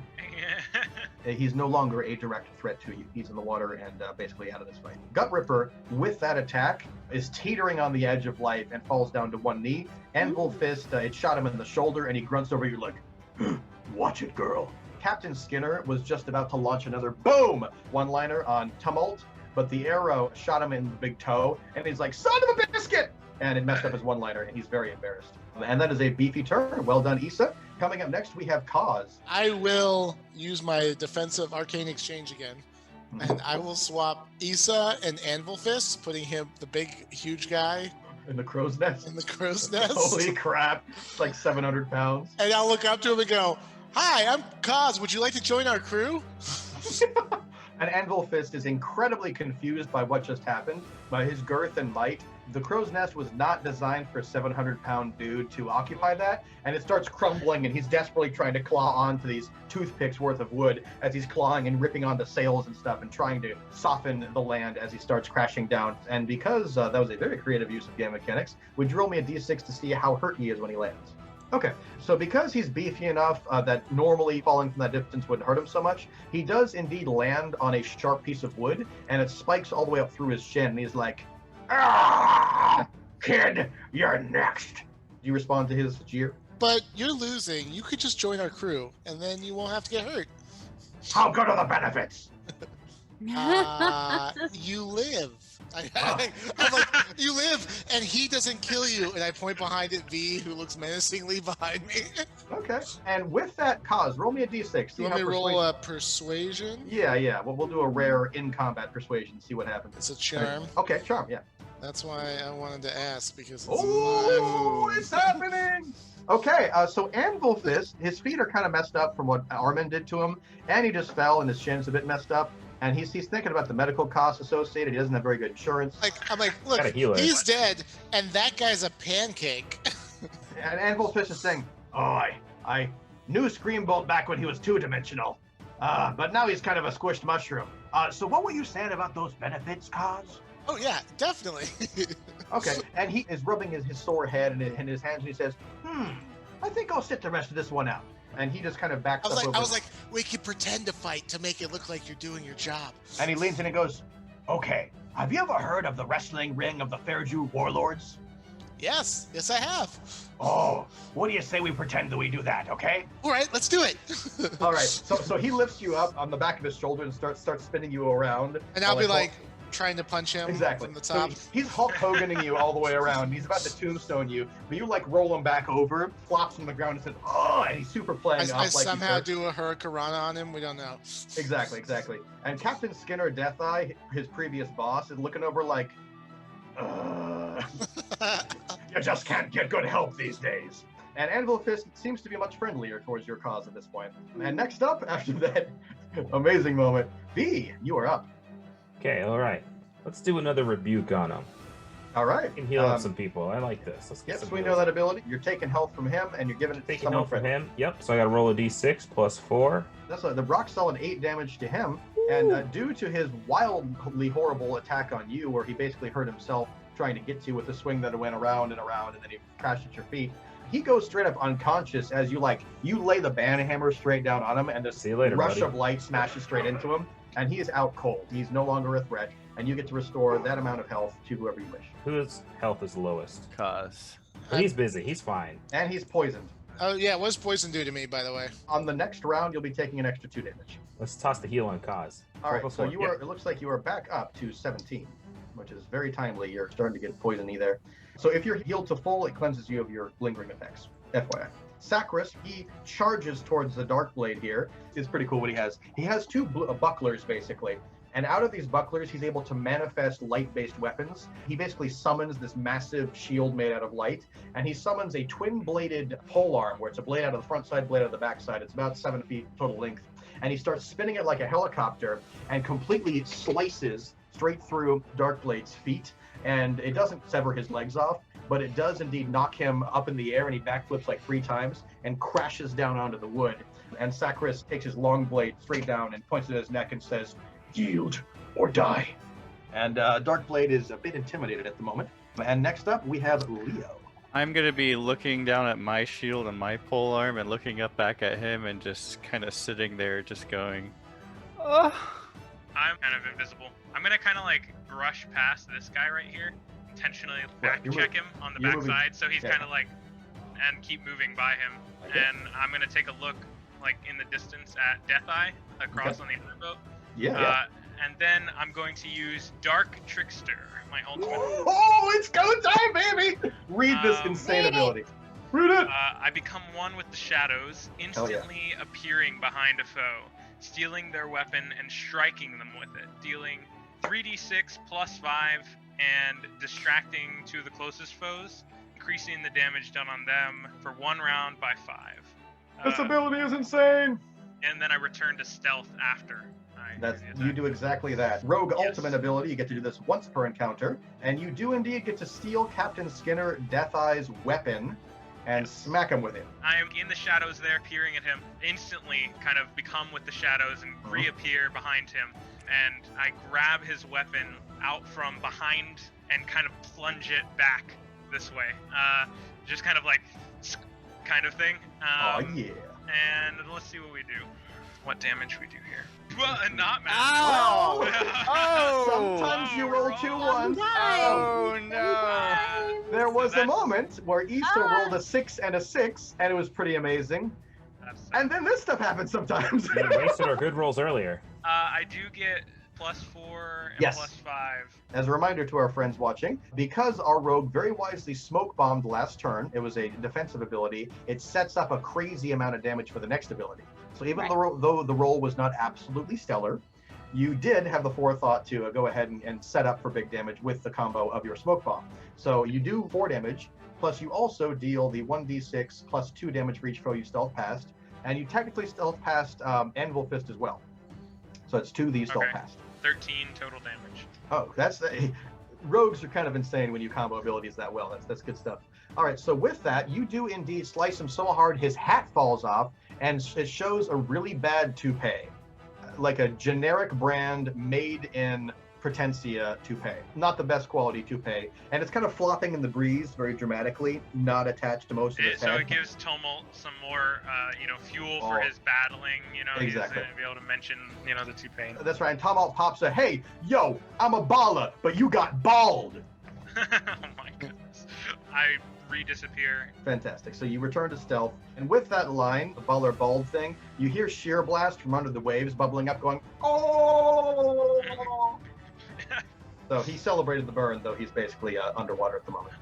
So with that, Captain Skinner Deatheye is not only deeply damaged, but he's super, super embarrassed, and he just slowly backs away from Tumult after that burn. He's desperately trying to pick up his hat and like grab his weapon back, and he's having a lot of difficulty doing that. He's like, well, I didn't really, I have stuff to do. I didn't really actually want to be here, so I'm just gonna splashes in the water accidentally. He loses his hat and he drops his weapon, and he's dripping wet and kind of barely climbs back onto his boat over here. And he makes his way back up to the top of his ship, and he says, "Hey, you vagabonds, get out of here! It's time to move before they claim the ship themselves!" And with that, Sacris looks up at him and he says, "You better be glad that we have things to do, otherwise this would be your end." And he lifts up the blade from Darkblade, and with a mighty swoosh of his wings, he flies up into the air, and he soars back over and lands up back in the crow's nest in the front here, and he eyes Captain Skinner Deatheye very intensely. Captain Skinner Deatheye is furiously spinning the wheel of his ship, and he's desperately trying to get away, as those that fell into the water are kind of trying to climb their way back up. And his ship looks like it's starting to take on some water as it veers farther north, trying to get out of there. And Steel Slice sees what's going on, and he jumps off the ship, and he tries to make his way back over here. At this point, it looks like that Captain Skinner's ship is about to be pulling away from our very own and illustrious Tempest Chaser. And heroes that are on the enemy ship, you're welcome to choose what you do next. I am going to run up and take a swipe at the captain again. All right. And the need to vanquish all that is evil. Very good. My goodness. And what do you wish to do? So I will run up to him and I will do a gladiator leap. Charge your enemy in range, deal 1d6 plus 1 damage, and deal 3 damage to each other foe in the melee range. Excellent. This guy's not looking good, I guess, next to me. He is embarrassed and he's super on the very edge. And go and roll us a 1d6. Ooh, very nice. Deal 6 to him, and you deal 3 to the barely conscious Steel Slice. And Steel Slice, who is just barely kind of clawing his way back up the ship, gets hit by your tertiary damage and falls back into the water. Super embarrassed, and it's hilarious. And you do indeed, with your beefy 6, you totally just boom, pummel Captain Skinner Deatheye into the ground of his ship, and he's basically out of the fight, and his toupee gloriously flows off in the breeze. Kaz wants that as a trinket, doesn't he? Hang on, Kaz, roll me a d6. Let's see if you're able to arcanely grab it before. I am too busy wrestling right now. I'm doing a swanton bomb off of the top there onto Anvil Fist. V, being that you have the ability to levitate stuff, roll me a d6. Let's see if you're able to catch it through arcane holy means before it falls in the water. Oh. Okay. You are able to grab a little chunk of the hair, but most of it falls off onto the edge. A fish comes up and just eats it. I got a couple strands for you. So you get a tiny little bit of it, but you don't get the full toupee. The full toupee flops off into the ocean, and some mermaid's going to wear it and look great henceforth. I say this will be excellent for my heel phase, and I try to mustache. Yeah. Oh yeah, you could totally start working a mustache off of the fake toupee from Captain Skinner Deatheye. So V, you now have in your inventory a sprig of Captain Skinner Deatheye's super low quality toupee hair. Super low quality. Going to be the most useful item in this game. That's right. That's right. That is just the critical. final temple, and it's like place an item advance in the temple of the holy, and it's just like place the hairs. It's a beard that came from lots of love. Exactly. Like what? Toupee or toupee? That is the question. That should totally be the outro theme song for this episode. Exactly. Now that the boat is without a captain and is kind of ruddering off into the distance, it is speeding away from the Tempest chaser. Heroes, what do you do? I'm going to jump over to the other ship. All right, and describe exactly how cool it is that you make your way back over there. Usually very graceful, but this particular time I hop and I leap and I jump off and I catch my foot right on this little stairway right here and kind of land on my knees and almost thump my chin on the floor. But I make it and I'm fine. But you make it. As I see her begin to stumble, I'm gonna kind of come up, even though I'm so nothing seemingly kind of catches her. Oh, cool. Leah, roll me a d6 real quick. Let's see how successful you are on that catch. I like that idea. So that is good enough for you to be able to catch her and help cushion her before she falls. Yay. So as they're starting to pull away, I see Armando still over there, and I'll just and sneeze and swap Gouge Shank's body with Armand. It's like an accidental perfect targeting. All right, so you do indeed pop an arcane exchange. So Armin, this is pretty cool. Right after you basically like crush the captain, he's totally out of it, into the wood. You're like, yes, and then suddenly you're like, where the hell am I? I'm gonna look over at Kaz and say, "Did you do this?" Kind of like angrily. He's got me in a headlock. It's. and Anvil Fist has got you like spinning you around on his back and weaving you around like puppet. So you're playing up the WWF thing really big here. It's beautiful. All right, so at this point, the pirate ship is fully stocked with pirates. Captain Skinner Deatheye barely is able to kind of quiver his hand up in the air, and he says, "Captain Tumult, this isn't the last you've heard of me." And Anvil Fist takes a gigantic cannonball and throws it over, and it smacks Captain Skinner Deatheye in the head and goes, "Ah! This is the last you've heard of me." And the boat zips off north back to the Pirate's Cove. And you indeed are victorious in your first combat experience. Well done, well done. Now, as you're on the ship, the heat of battle has softened a bit, and the comet storm that Kaz did at the beginning to catch the pirates' attention from the north, the comet storm is starting to settle a bit, and you now have a new friend. Anvil Fist, and he sees that the action is basically over, and he stops his fake pile drive of Kaz, and Kaz, you're able to kind of like flip him over onto his back, and he starts laughing at your remarkable dexterity for such a young and slender elf. And he kind of starts laughing and reaches his hand so you can help him up. Yep, I help him up. I go, "What's your real name?" Okay, well, I may as well tell you. My real name is Soft Fist. This is Softy, Captain. He wants to join your crew. And he looks kind of sheepish that you know his real name, his maiden name, as they say. And his name does indeed change from Anvil Fist to Softy. And that is reflected in his nameplate. He kind of starts smiling. He's a little nervous because he doesn't really have that many friends. But Kaz seems to kind of have softened his heart a bit. And Softy kind of sheepishly, with his, he's massive, he sheepishly kind of waves at everyone and says, "Hello." No.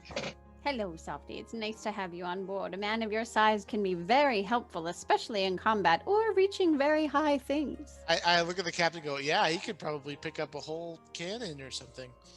Oh, and he says, "Oh, I can do even better than that." And he goes over and he puts one cannon on each shoulder and starts going, "See the guns on these guns?" I clap. In reference to your comment, Issa, he kind of blushes at you. Aww. And Softy drops the cannons with a big thud on the ground, only slightly damaging the deck. And he walks over to Armin, very embarrassed, and he says, "So, sorry about almost killing you back there." I'm gonna look at him and say, "Are you truly sorry?" "Well, things are rough back at home, and I had to pick up some spot work. I'm not really a pirate. I'm more into the harmonica personally, but in this economy, it's hard to find work anywhere. I pointed at a tattoo on his arm. I said, "Look, it's music notes." Are you a musician too? No. But I like to play. And he whips out his harmonica and starts playing a dirge. Can I see that? Sure. And it's a huge, it looks like a freaking brick. It's his size harmonica. And he hands it to you and it's like 100 pounds and you're, oof. And you kind of start playing it.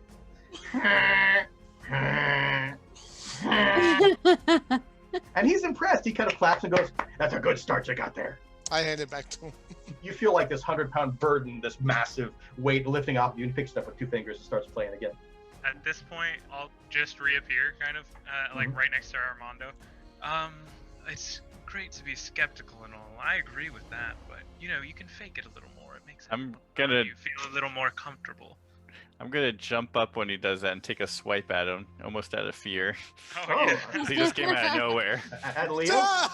Yeah, I didn't know what happened. Armando, roll me a d6. Leo, roll me a d6. Let's see what happens here. All right. Oh, we got a 3 on Armando's attack. I got a 6. So Armando, very surprised by the incredibly stealthy nature of the feline that's just snuck up behind him, swirls his bladed weapon around in a huge swath, completely misses you, and you indeed are able to kind of recover gracefully as you approach him, and you're able to say whatever you wish, Leo.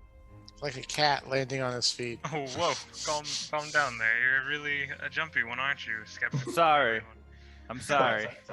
I didn't mean to do that. And I'm just going to kind of back away and check my pockets, too, for my gold to make sure it's about 100 gold full. Excellent. All right. So with that, everyone is kind of settling in. The sun starts to set a bit as you continue to make your way for another 5 or 6 hours on the high seas. And people are settling in. Softy is easing into the evening as he plays a pleasant dirge, and the torrential rain and storm that took place during the battle starts to be replaced by the beauty of this particular sky. And the seas, you pass the Torrent Maw, you pass the northern area of the pirates, and you think you're into slightly safer waters as you start to move west towards the Crescent Cove, south of the markets of Thalassa. Wide open sea as far as the eye can see, and you've got about another half day or day or so before the ship makes it into Telluma, and you have just a brief respite with all of your injuries and your wounds to get some rest and to feast well, and you have just a moment as you gaze up into the beauty of the sky to do what you wish for 1 round apiece. Start drinking. All right, so the captain rolls out his finest barrel of ale, his first mate makes available, and you're all kind of roughed up. You're a little bloody. You kind of relax. Take the arrows out. How do you drink through the mask? I have a straw.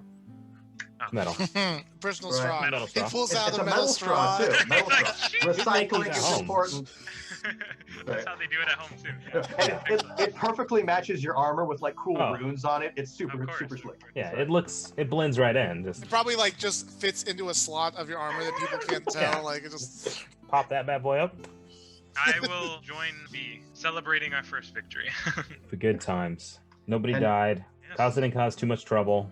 Only a little Made us a new friend. Yes, exactly. Kaz just rolled a 3. What is that for?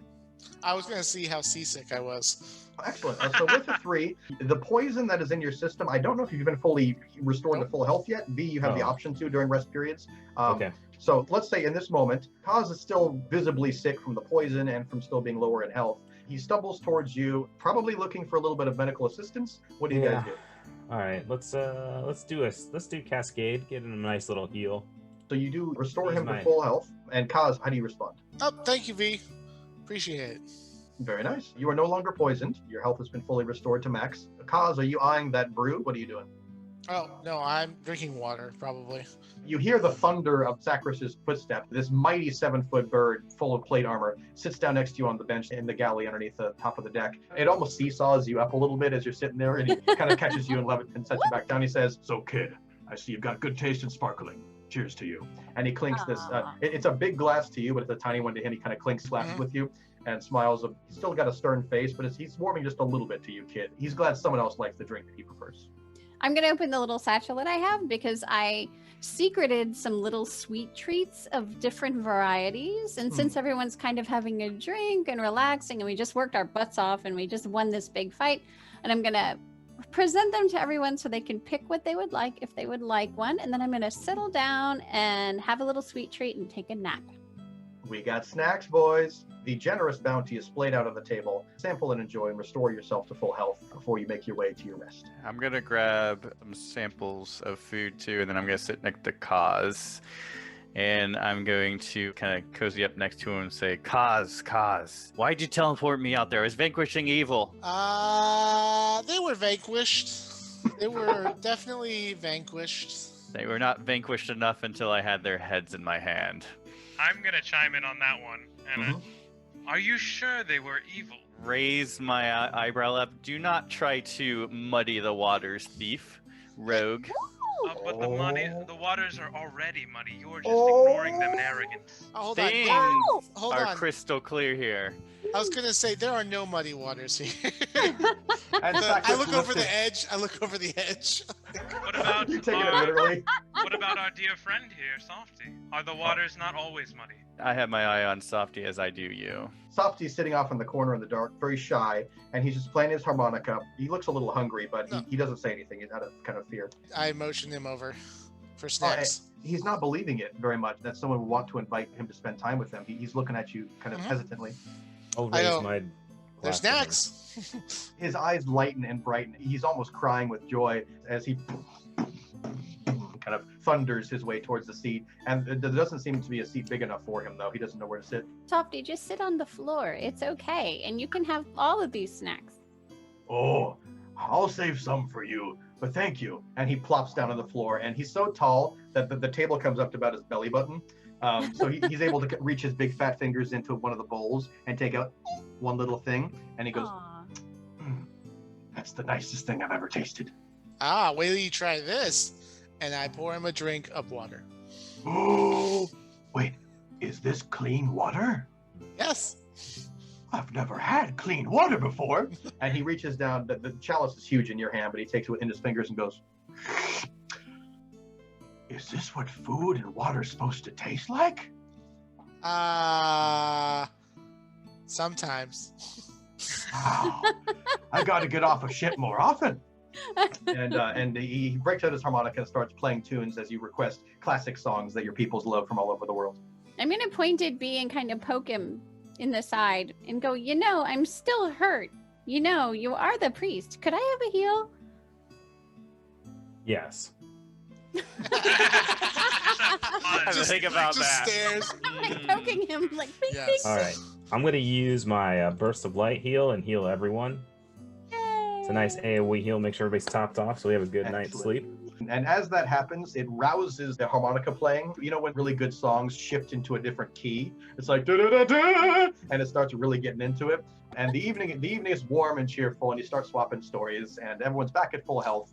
And as the yawns start coming out, and as people start easing into their rest for the evening, the lamps all throughout the ship are put out. First mate up top takes watch, and you all start easing into your rest for the evening. Your journey continues on. And as the glorious and mighty ship of the Tempest Chaser, helmed by the masterful captain at the helm, you make your way to Telluma. And Telluma is the glorious port city of the Hoti Desert. While you're at the dock, the captain bids you the fondest farewell. Captain Tumult gives you all kind of a tearful hug and says, "Well, this has been the best journey I've had in many a year, and I wish you all the very best of luck in recovering our sister Ari. May only good come to you, and only evil come to those that stand against you." And he gives you all a hug. Your blessed new friend, Softy, has been speaking with the captain, and the captain has offered him a legitimate position to replace the kind of shady guy, and Softy will now be a happy family member of the Tempest Chaser, potentially to be seen at a future time. Yay! As you approach the Hoti Desert from the far east, you approach the Telluma port. It's a bustling port city that is very active with trade and commerce. It has the vibe of kind of a Moroccan bazaar. And as you're being torn in every direction, you are approached by a very excited local, an elf gentleman, runs directly up to Sacris. And he says, "Sacris, I'm so glad that you're here. Have those that were called for help assembled with you?" And he introduces you one at a time. And he introduces himself as Seth Notitia. "It is my honor to welcome you to Telluma Port. I have much to tell you. Please join me at my home. We have much to discuss." And as you walk your way through the very busy marketplace, V is just dragging me along as I'm trying to look at all the things. Exactly. So all the shiny objects. He was trying to sell me that. He said he was my friend. Don't mess with their stuff. You're just endlessly putting things back on shelves and tipping jars back up where they belong. You approach a lovely, very simple home. It looks something like this. It's a very humble abode. It seems to be very well kept. They take pride in what they make available, but it's not a rich place. And Seth Notitia welcomes you very graciously. He bows very humbly. He says, please make yourself at home. My home is yours." He beckons you to the table here, where he sits at the head, and he says, "Please make yourself at home. Make yourself comfortable." And just at that moment, his little daughter June runs up and says, Daddy, look what I just read at the..." She almost drops the book in amazement as she sees these mighty heroes enter the room. She's just quivering with her eyes wide as you enter the room. Can you describe the look of the elf to me, please? The daughter, June Notitia, she looks remarkably similar to the very young girl that you had in the dream, that Sister Ari seemed to be providing some kind of aid to in her time of need. She looks very similar to that. So Armando appears to be very tired, and he makes his way to bed. Do you greet anybody on the way to bed, or just head straight to bed? No, he said make yourself at home, so I'm making myself at home. At home you are, baby. I leave my muddy boots on, and I just jump on that bed. All right. So Seth kind of smiles at you and says, "I completely understand. Please get the rest that you so deeply need. I've been informed of the trials that you experienced on the waters." His wife, the lovely Coria Notitia, walks in, and she's got a plate full of food, and she says, please come in. Make yourself comfortable. You must be starving." Ah, I'm so hungry. Sacris approaches from the corner. He stands by the door and looks very watchfully out the front door, standing sentinel, trying to protect this home from potential unrest. "I have information on how we could possibly track down the location of Sister Ari. It is my understanding that an informant associated with her abduction will be tomorrow at noon engaging in a clandestine business transaction in the Telluma market. It is of urgency that we be there at the moment that this courier comes through so that we can intercept him and possibly find information essential to rescuing our beloved Ari." Do we know what this courier looks like? I do have some information. It is scant, but my understanding is that he will be wearing a ring made of sand that seems to shift with the very light of the sun. He's not one of the traders of those terrible centaur people, is he? This individual, though I do not know him personally, is the darkest of sorts, that is willing to do business dealings with the most vile of evil if it benefits him in his pocketbook. A good thing we have a tank with us this time. It is a blessing to have such might among you. Being that it is so late in the day, we have but 9 hours until the sun is highest in the sky. Do you care for any rest or rejuvenation before we begin our difficult task tomorrow's morn? Do you have any dried meat? I am very embarrassed to say that the sandstorms of the north have made the harvest incredibly scant, but I can offer you the very best that I can. And he looks over at his beloved Korea and says, "Dear, do we have anything left?" And she says, I will check. And she makes her way up to the kitchen, and she is able to return with a plate. It's a very humble plate. It's a wooden plate. It's piled as high as she possibly can with what looks like some edible meat, but it looks like it's scavenged and not as exactly opulent. And she seems kind of embarrassed as she approaches you with her meager offerings. I'm going to jump in and tap her on the shoulder and say, do you have any sugar leaf cakes? Something very common. The Kalem Shah have been raising these plants all over the place, very, very low cost, and it's one of my favorite treats. If you have any, I would love those. And at that moment, June says, "Oh, mommy, can I have some too?"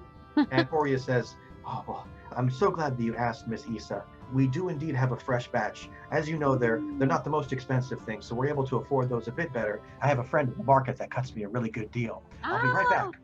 So she's so happy that you happen to ask for something. She seems to have a bit more of a supply of. And she makes her way back into the bakery area, where she's able to whip out the last little bit of a very fresh batch, and she brings those out to you in a much more generous supply. And she seems a bit more proud of this particular offering than the very meager and more expensive meats. These will give you energy, and they're good for you. V, would you say your diet consists mostly of protein?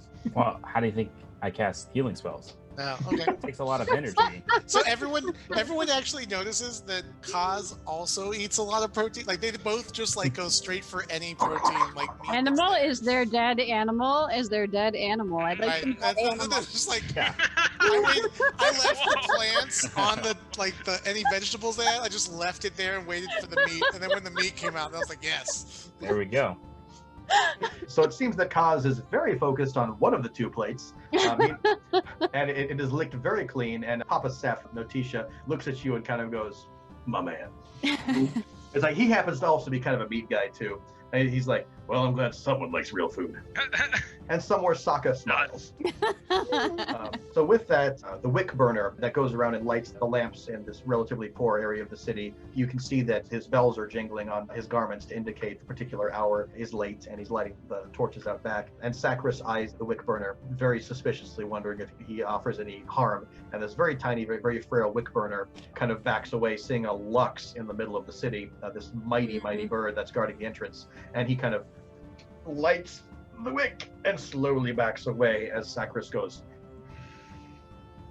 So at this point, June, about 5 years old, starts yawning, and she says, "Mommy, I can let the pretty elf take my bed if Miss Issa wants the softest bed that we have." Aw, why don't you come? Do you want to take a nap with me? I'll make room for both of us. How about we have a cuddle and sleep on the nap for a little bit? Could you do my hair as pretty as yours? Maybe when we wake up. I'm a little tired right now. Okay. I'd love to learn. Mama's hair is very pretty, but yours is wonderful. It's very different.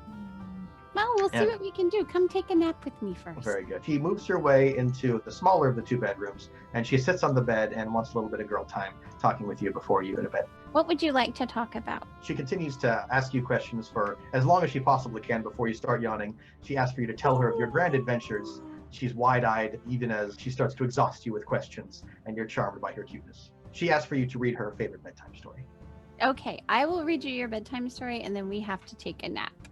Okay. And she kind of stretches and she cuddles up next to you, and you get to read her one of her favorite bedtime stories of a beautiful elf maiden who saves the world. And with that, Sacris seems to never sleep. Constantly, his eyes are shifting as the minimal traffic out front seems to be bustling by. Korea and Seth continue with a bit more conversation just to help you feel graciously welcomed. And then they do indeed excuse themselves. They offer you their finest accommodations as they choose to sleep in the kitchen here and in the pantry, being that they wanted to make the best space available to you. Seth reaches over to V. "I will tell you that I attempted to train in the priestly arts long ago, and I simply did not have the strength of will to accomplish what you seem to have done.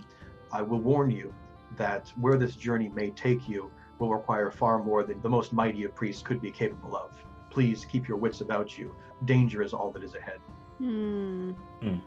I appreciate the warning. Roll me a d6, V. So he offers you a very simple triangular wooden medallion on a very crude necklace with a tip pointing down, and it's a very humble symbol that looks kind of similar to the necklace that was offered Leo. It's a symbol of the order of priests, considered the missionaries and the holy men of the land, that are revered, but it seems to be slightly secretive in how they operate due to the sensitive nature of the ministry work that they do all around the world. I would Kind of like the White Lotus. Leah, roll me a d6 real quick. He's trying to steal from me? He wants to know if you I recognize want to know if I recognize. Let's see if you notice what Just like, wait, is he stealing from me? What is he Supposed doing? to drop the hammer on him. Ah! with your I perception. wish that were a steal out of one. Agree with my oh, it's a Okay, those of you that are at the table are basically where they're talking. You might, out of the corner of your eye, see that a necklace is being transferred to V as a gift, a home-warming gift from Seth. Can I tell that it's this like the same one? You are able to see basically that a symbol of recognition has been provided to V, but you're not able to hear the conversation between V and Seth. It's a blessing between priests. Yeah. Those of that cast. While he's doing that, can I roll Guile to sneak up on Leo? You're welcome to. Roll a d6 plus your modifier. So, Kaz, you do indeed roll a 3 plus what's your modifier? Oh, it's a 0. I have You are- 0 Guile. Okay, so you're super not good at what you're about to do, but you barely are able to do it. So what are you interested in doing? I just casually like look over at the wall over here, and then when I notice him paying attention to V, I reach out and how far does your prosthetic on your arm go? Like just below I'm the gonna shoulder. tickle just the little end of your elbow and see if there's a reaction from you. Just Okay. a little, just a Leo, roll me a little- d6. All right.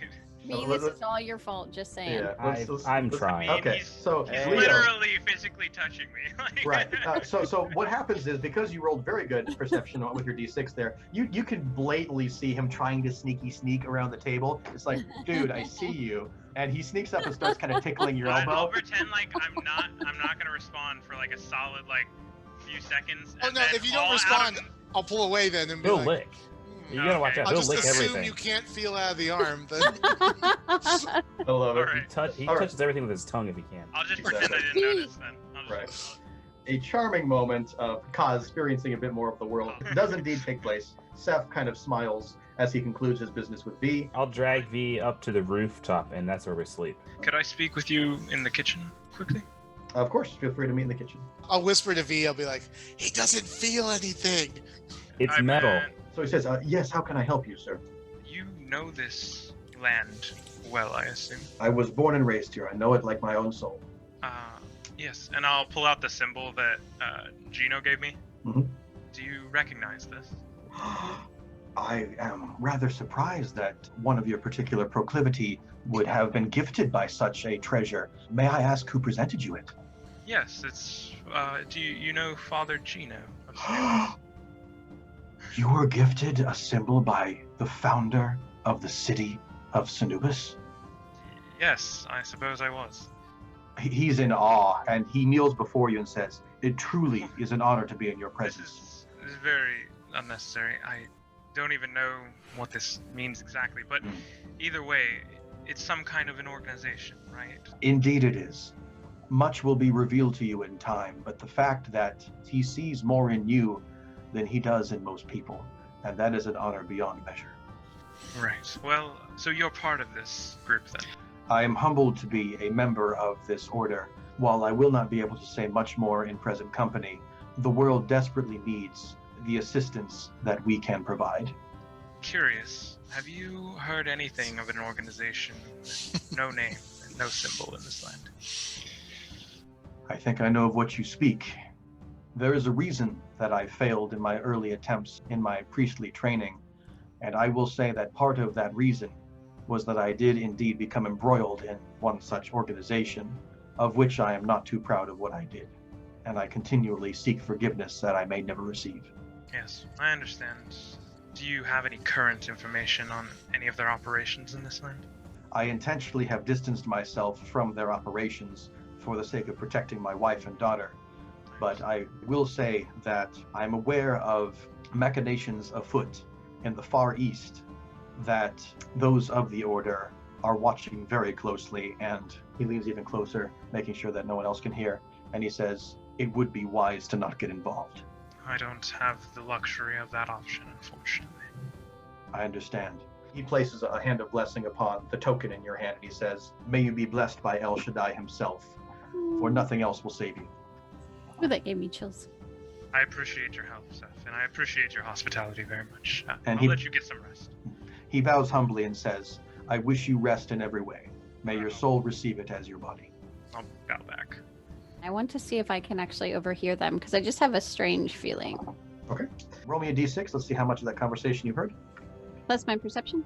Yes, plus your modifier. You heard all of that. You are well aware of Leo and Seph's associations. Before I left, I would have asked Seph where I should go to sleep. You may sleep wherever it pleases you most. I would offer you my own bed, but it seems the Titan seems to have claimed it for himself, and there will be buckets of drool for me to clean up in the morning. Seph does excuse himself for the evening, and he curls up with his beloved next to the gently burning hearth. I will kind of quickly walk out. Can I catch her listening in? Roll me a d6, Leo. Let's see if you are aware of her presence as well, to see if you know what she knows. You were slightly distracted, but due to your sharp eyes and your ears, you were able to notice that she was likely listening in. Okay. I will kind of like eye her, but I'm not going to that side eye. Exactly, Okay. that side eye. And I'm going to move up into this attic. Perfect. All right, so you're in the attic room, and it looks like B and Kaz are up on top of the roof there. So Maybe we're sleeping. use some sacks and stuff to make a little makeshift bed. It's not the most uncomfortable situation I've ever seen. This is the flattest roof I think I've stayed on with you. It's nice. Of the You've been in roofs the that we've caverns stayed for on, so long, you know? it's nice to sleep on the roofs. Of the many roofs that we've tried, this is the flattest. You know?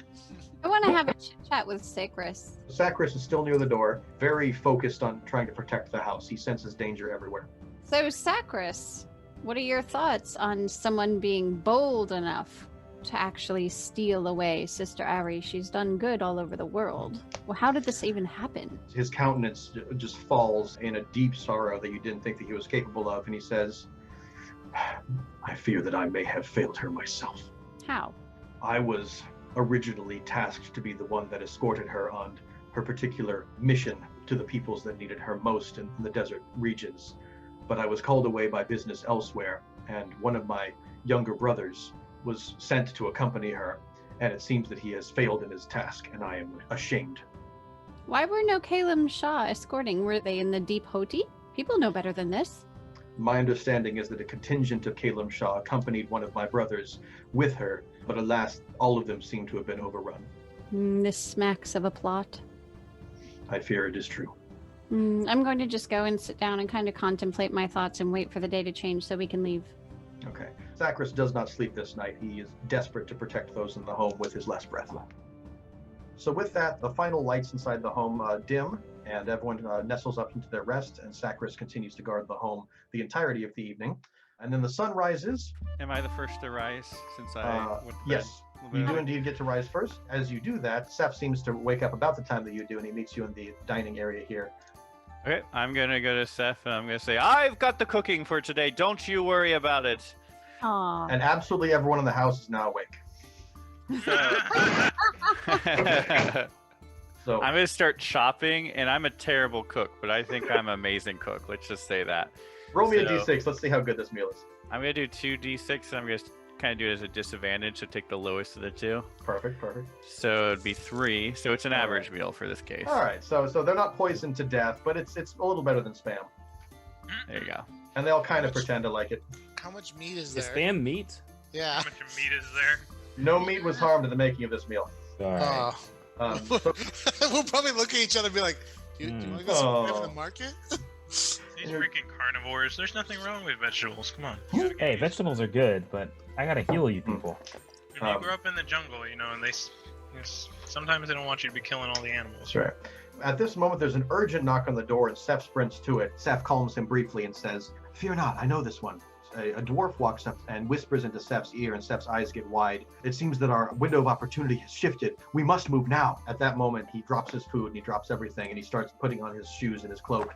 And he says, "Please follow me." And he sprints out the front of the door. I leave my untouched plate out there. Vegetables? Wait, did I even come down? You're awake, I'm just Leo. sleeping in, bro. I'm just like, I slowly waltz down. I'm just kind of like... This is everyone's running up the Guys? Guys? What's the They're deal? kind of like gearing up, and I'm like... Oh, You're rubbing your smelled eye. so good, we couldn't find you. Everyone's sprinting out the door. Oz, you forgot your meal! Fast food! Oh, I'll grab that and throw it in my satchel. We're on the ground. Mama Korea, with ninja speed, wraps up like 6 meals and slides them into your lunch boxes for the day and sends the kids off to their grand adventure. Did And she give gives us y'all all a kiss on the cheek as well? She gives y'all 2 kisses, one on each cheek, and then she gives you a big old hug as Is she that reaches Talem up. Shaw culture, or is that just... She's particularly kindly. She's mama. She takes care of people. Got it. All right, so with that, you all sprint as fast as you possibly can, about 2 miles deeply into Telluma Market. It's a bustling, very noisy, very dusty, very dry. People are yelling to try to get their stuff sold. You were given information that one particular individual in the Telluma Market is planning on meeting in about 3 to 5 minutes. It is your responsibility to suss out that individual and get the information from them before they're able to escape back into the shadows. Everyone, please roll a d6 to see who gets to explore and inquire who the dark trader is first. 6 is first. Leo, you get to go first. Before I enter the market, can I smoke bomb and enter stealth mode, kind of? You may. You are currently stealthed and nobody sees you. You get to walk up and do whatever you want. Totally in shadows mode. I'm going to... Can I make a perception check to look for this individual? You may. Roll a d6. In addition, can the same perception check look for any more wealthy merchants who maybe have a good trinket to grab or something? Excellent focus for that. Roll a d6 and we'll see what you find out. 4, that's solid enough to recognize that Lothan Furl on the far edge with your very good eyes seems to be busily stocking shelves, seems to be a bit distracted, as if she's constantly looking over her shoulder. She seems a bit suspicious. Suspicious? A little, like something's off. Sus. A bit sus. She vented. Watch out. Okay. Emergency meeting! And you have an opportunity to inquire into her. Does this shop look like wealthy? Like it's doing well off? The goods are the finest, and she looks pretty wealthy, but for some reason, as she's tending to the goods, she seems distracted. Can I try to snag something? Roll a d6. You can use Guile here if you want, because it's an out-of-combat thing. That will be a 8 total. All right, you grab whatever you want. What do you grab? Whatever the most valuable, Okay, easy to pocket and hide thing is. There are jewels, there are trinkets, there's a crown that looks kind of counterfeit, but it's a crown. Kind of really nice jewel. Okay, you grab a jewel, and one. It is a beautiful purple jewel that happens to have a genuine golden clasp all the way around. The golden clasp has an interesting symbol of a paw mark that seems to be imported from somewhere, and you get to add this to your inventory. And with that, Lothan Furl, you see that she finally has a young child run up, and she looks completely relieved. And whatever she was nervous about seems to have been that her child was a little later and kind of off playing, and the child has returned finally, and Lothan gives a very stern talking to so that she's not so scared to death again. So Lothan seems to be a bit more calm, less suspicious. Coming up next, we have our other 6, which was Armando. You get to inquire. Who do you want to check into? I will do a perception check to look around and see if I notice anything suspicious. Great. Roll me a d6. Let's see what you get. You rolled a rock-solid 9. It looks like Cliff Bar up on the top north area there. He's swinging his legs and he's eyeing, a bit sus, a little sus, he's eyeing Madame Prose from a distance. He might be worth investigating. Okay. Or, good for you. Or good for you, yeah, that's true. This is a Cliff Bar. Hello there, sir. How you doing? Go away. Mind your own business. Go away? What are you doing? I see you eyeing little Madame Prose over there. Can't a man just appreciate the beauty of nature? Just back off. Come on. Crap in my style. Should I let Madame Prose know you're eyeing her? No, please. Okay. I'm trying to get her attention. I kind of like her, but she never gives me the time of day because of old gruff Guile over there and all of his mighty beard manliness, and I just have no way to impress her, damn it. If we could only find some fake hair somewhere, then maybe we could help you. And he looks down and he says, well, I'm willing to pay for a toupee if you can find one. I think we got you. I think we can handle that. I'm going towards V. I'm bartering with Biff right now, trying to get some meat. That's right. Hey, V. Yeah. I got a man up there looking at a lady, and he needs a little hair to add some manliness to him. So you're saying some romance is brewing? Yeah, some romance is brewing. What do you think? You think you could give him a little toupee you had there? I'm pretty sure he'll pay. How much you think we can get for this? Probably at least 20 gold. 20 gold. The scraps. It's not even the whole toupee. Scraps of a badly He only needs a beard. Only needs a beard. Ben got such legs to him. I got you. We'll let me pass this on to you. Okay. I'm gonna take it. Perfect. And then I'll kind of go back up to here. I'll say, hey, Cliffy. And he looks at like, what do you think you can do for me? I'm desperate. Well, I got this right here. And I'll kind of wiggle it around. And I'll say, the only problem is You gotta pay 25 gold for it. Oh, I'd pay 26 if it'll finally give me the beard I've always dreamed of. 26 gold, you got it. All right, and he tips you 27 gold because he's overjoyed, and he horribly kind of sticks it onto his chin, trying to get the beard thing going. Can I wander up on this and and I'll kind of make a whispering comment to Armand. Okay. You call me the thief. Hey! I keep walking. I don't even give him an option to respond. And that has earned you an inspiration dice. That was perfect. That was perfect. Leo is now blessed with an inspiration. That was so good. Indeed. So the new thief gets to walk away with a pile of gold, and Cliff Bar, inspired by his raw masculinity on the bottom of his chin, walks up to Madame Prose and kind of strokes his new beard. And Madame Prose looks at Gruff Guile, who's kind of stinky, but he looks kind of gruff and tough. And he looks over at the now far more suave and debonair with facial hair Cliff Bar, and she goes, oh my, Cliff, there's something different about you, and I've never really noticed how manly you are. And he approaches and says, well, little darling, there's a lot more that you have yet to learn about me. And he offers her his elbow, and she kind of fans herself a little bit, and with her lithe hand, places it on his elbow, and the two of them frolic off together on their very first date. And Gruff Guile goes, oh, darn, I wish I had beard like that. And I'll take 7 gold, and I'll kind of put it on the floor next to his place, since Leo made that comment and kind of looked down. So with that, Gruff Guile smiles and takes the charitable kindness that you're making available to him, and he offers you the finest of his bananas. It's like a 6-foot-long banana, and it has lots of nutrition in it. I'm gonna approach Issa while she's doing whatever. So, I wanted to catch you while we were here. Saw you yesterday night. Did you learn anything interesting? Wise Elf always has ears open to the whispers that are around her. I'm worried, to be honest. The wooden triangles that you speak of, they're given so rarely and with such meaning. I'm surprised that Father Gino gave one to you. That must say something about everything that he sees in you or knows about you that maybe we don't know. What do you know of these wooden trinkets? I myself was given one when I was very young, and I was saved by Sister Ari from dying. And I stored it away for the longest time, and it was stolen, so I no longer have it. But I know that it was given to me with love and hope and great sentiment. From Sister Ari? From Sister Ari. We have probably more similar stories than we realize. Which is why I trust you more than Armando does. That's okay. He has a very simple way of looking at things. The black and white types, I understand them. It's exactly. fine. I'm used to it. The other thing I'm looking for is I'm looking for some dried llama. I'm hoping to surprise V and Kaz before they eat something they're not supposed to. And it's about time for that to happen. Kaz, what are you doing? I'm coming down here to Miss Fish. What is she doing by the water? So Phyllis Fish, she's desperately trying to get a single fish into her net.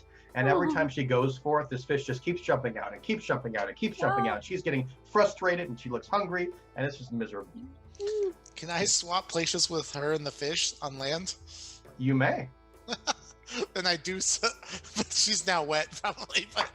But there's a fish on land, and I pick it up for her and go, here you go. And she looks at you kind of confused, not expecting to be swapped places with a fish. She was so sweaty and so dirty that finally getting washed and refreshed after the hot day in the sun, she almost looks overjoyed as you offer her this big, juicy fish. And she says, oh, thank you, my child. Kind of offers the empty net to you as you effortlessly Kobe it right in. She now has a big, juicy fish, and she kisses you on the forehead and says, oh, my children can eat tonight thanks to you.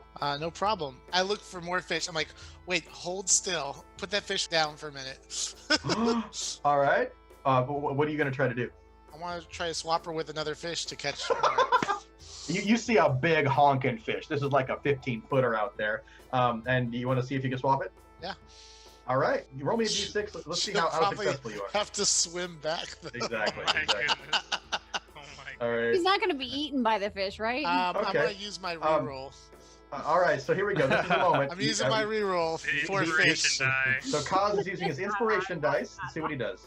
All right, that's better. That is Slightly more. That's better. So I will say, with that, you were able to swap her with like a third of this fish, and it's perfectly pre-sliced right down the middle. So like the meat just drops in the sand, and she's swimming in the outside, going like, "Yay!" She swims all the way back, and she says, "I can eat for a month now." Have you seen anything weird going on in the market lately? Oh well, other than me being swapped places with a fish, I don't know. Dredge Grink over there seems to be a bit more nervous than normal. He's been a little strange. You might want to go take a look at him. Does Dredge like fish? He likes punching fish, and it's a really strange thing that he does. But can I take the fish that she had before and leave her with a giant chunk of meat? She says, "Oh, with the meat that you've already pre-sliced and diced for me, I'll eat for a month. You can have that all you want." Okay, this is for Dredge to punch, I say, as I start heading over that way. I'll call out and go, V, I found some meat! Okay. And it is now V's turn. What do you do, V? Oh, I'm in the market looking for some food. Okay. Just, because I know we spent a lot on our last encounter, and I'm also looking for any clues to any other Molten Reavers that are on the surface world. So you approach Dornis Shill. He seems a bit intimidated as you walk up. You look very imposing with your mask and with your armor. Doesn't want to make eye contact with you, and he says, "Oh, you're one of them damn Reavers." And I ask him if he's seen any recently. Except for the bastard in front of me, no. Get out of my shop. Wow. So I bring him what I'm trying to purchase, some goods, and ask him how much it costs. We don't serve Reavers here. I know what your people did up in the northeast there. And I had some elf friends up there that could never recover thanks to your people. Interesting. I press him on that, asking him more information to hear more about this. Okay. Are you going to intimidate? Are you going to charm? How do you want to do it? Ooh, let me intimidate. It's like I have a mask on. Yeah, you're Darth Vadering it up. All right. Yeah, what is your intimidation modifier? 3. Okay, 3 + 3. Okay, he's super intimidating. He says, damn, don't hurt me. Okay, well, you know what? I'm willing to answer a question that you have, but I don't have much time. It's a busy day. When was the last time you've seen a Molten Reaver in the markets? Oh, it's been 6 months, probably. You're kind of don't exactly make it this far very often without very specific cause. By the way, where are you here, boy? I've heard rumors of other Reavers wandering the surface, gathering under a new name. Well, it seems you may know a bit more than I do about that, but if you're interested in seeing a bit more of your kind going rogue, then I got to tell you that you're probably going to have to head deeper into the desert to see anything that weird. It's good information. I'd appreciate it if you could leave me in my shop alone. Do you want to buy anything, or are we done here? Yes. How much for the rest of this? I just hand him a bag of meat and vegetables. I turned 20 coin, or half. And you're still intimidating him? Yeah. With that previous roll? Okay, he says, you know what, just get out of my shop and you can have it for free, but don't tell anyone I gave you this deal. I just walk out. His pride is very deeply damaged. He was not expecting to be terrified of a priest. With your mask and your imposing nature, he kind of busies himself with work, but he's still kind of shaking due to the interaction. I'll go find Cause. You could easily see, I assume, as soon as you walk out of there, you see the girl like with a giant chunk of a half fish, and you see like probably 2 halves of the fish floating away. I recognize that damage anywhere. It's like, oh god, Cause has been here, hasn't he? All right, so V, if you want to make yourself over to where Cause is, you're welcome to. Cause, it seems that you see Dredge Grink, and he looks very bad-tempered. Hello. He's trying to build a fire and failing horribly at it. I go, would you like me to start that for you? Like, no, get away. I got company coming. But I brought fish. What kind of fish? I show him the big fish I caught. Okay, and he says, oh, give me that fish. I gave it to him.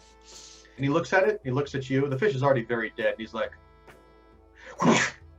and he punches the fish. And the fish is now perfectly ripe and ready for cooking. And with his mighty, beefy orc arm, he just sticks it over the edge of the fire. And it does not seem to affect his skin too much. He's got some very thick skin. And he starts cooking the fish right in front of me. He's like, be gone. I got a meeting coming up. But we're going to have fish. I look at him and say, I'm going to have fish. Get out of my sight, boy. We're going to have fish. That's my fish. Leave now, or you're going to regret it. At this point, I'm going to kind of like walk up in a supporting fashion. This is this dear boy's fish, sir. I think you could be a little kinder to him. His eyes widen a little bit as he starts Just saying standing that. in the back, being intimidating. Yeah. As you walk up, like. Yeah. His eyes widen as he looks at the blades dangling near the edge of your waist, and he looks at V kind of tightening his fist on the hammer, and he's like, I didn't sign up for this. I didn't mean any trouble. And he starts backing up, and he starts trying to run away and escape. Starts trying to run away. I am right behind him. Oh, and as he backs up, he bumps into the mighty Titan's chest. Ugh! And this orc is a solid 6 foot, tall dude, but nowhere near as tall as Armando. He kind of smacks up against your chest and looks up like, ugh. Is there a problem here, sir? Did he drop the fish? Roll me a d6. Let's see if he dropped the fish. No, please don't drop the fish. It's a fresh, tasty, perfectly cooked fish. Let's see what happens to it. Oh, he does drop the fish, and you can catch it if you want. I catch it and then quickly hold it over the fire. All right. Oh no! You're gonna burn yourself. It is perfectly crispy, and your hand is starting to get a little hot. V, fix him. I'm gonna grab his He arm. bounces pull it back. away. It's fine. All right. I'm gonna grab his arm and try to pull it out. Youth.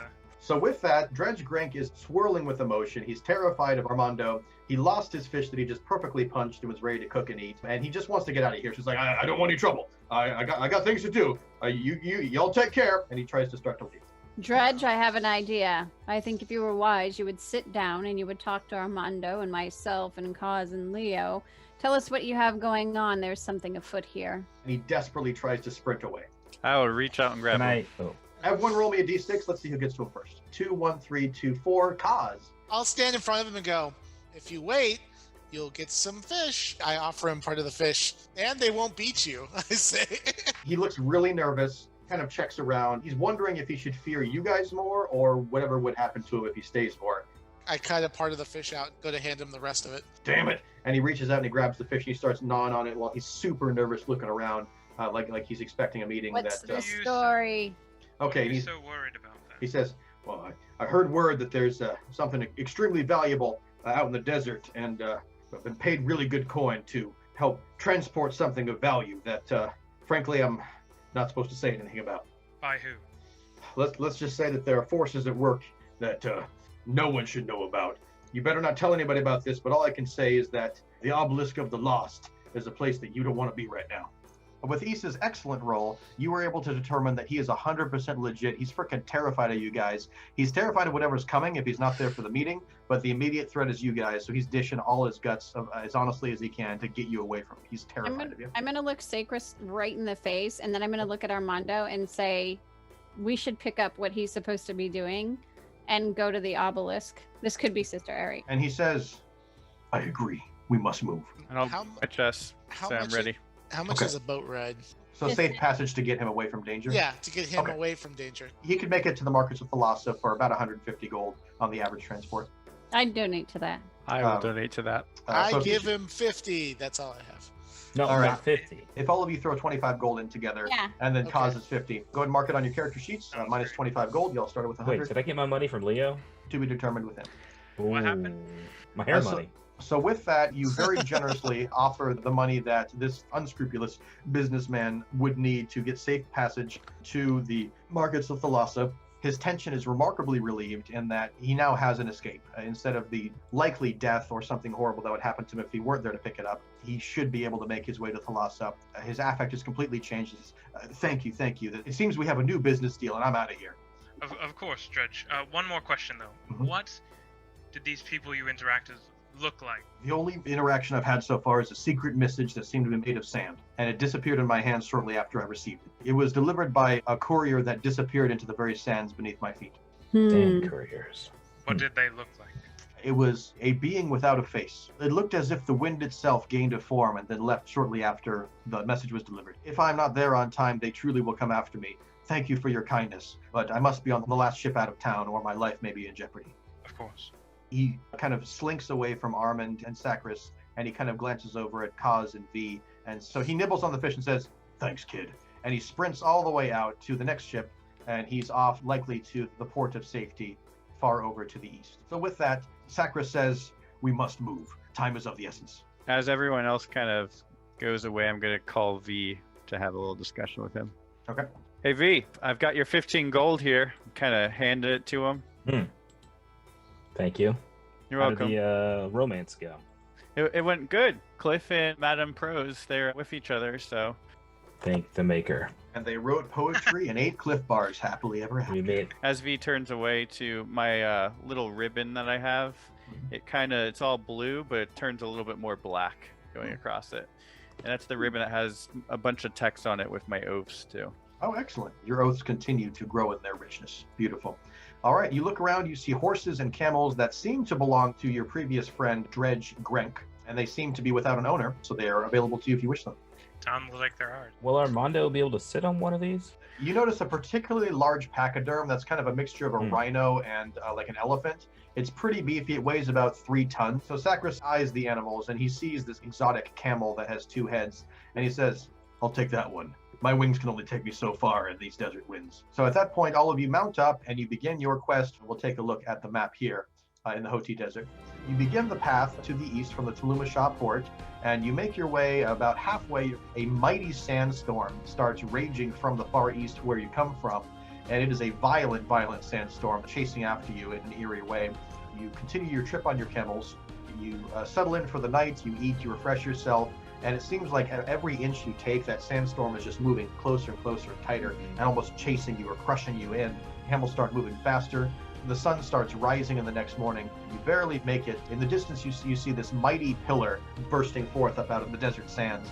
And it's glimmering in the sunlight. It's wrapped in rings of gold, but it seems to have an aura of heaviness and darkness that is eerie. As you approach in your camels and in your beast, you kind of start combing your way through the ruins of this temple, and there's dried husks of what you think used to be probably soldiers and creatures that had a mighty battle here. And you see ancient carvings in the walls. The sun is just bleaching your skin. It's so hot. The sand is swirling all around you. And you look to the east where you came from. You look to the north. The sands are just encroaching upon you. It's just oppressive. It's a wall almost of solid air enveloping you fully. And as you work your way through these ruins that you're seeing, I'd like for everyone to roll a d6. The sand is indeed rough and coarse, and it gets everywhere. And your kin notice as well. It's all the way in my fur grains. It's never going to come out. I'm so ticked off that I'm molting. So it looks like that V. Vader. Yeah, exactly.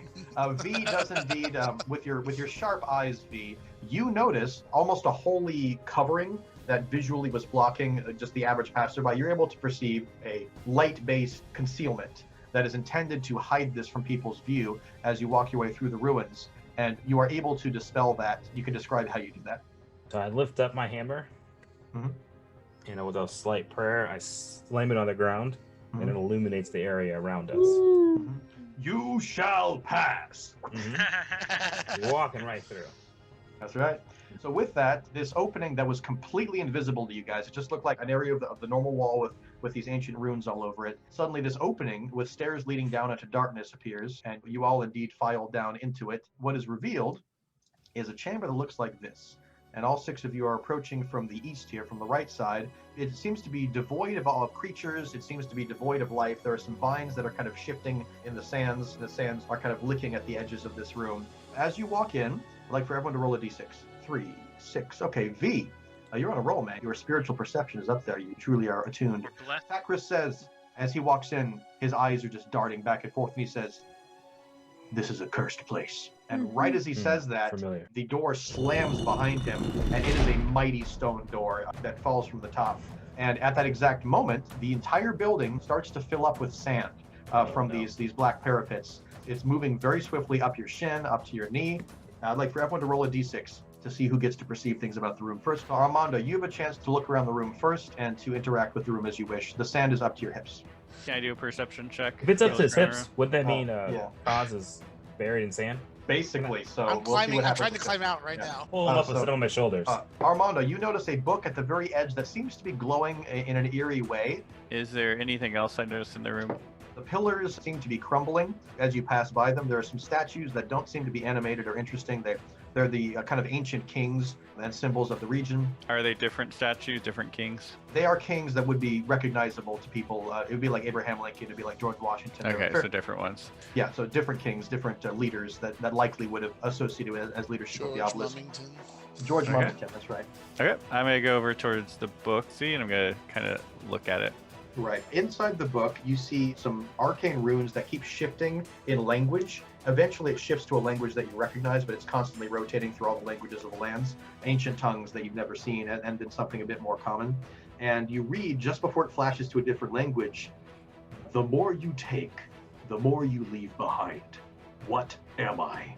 The sand is now moving up to your chest. Drowning over here.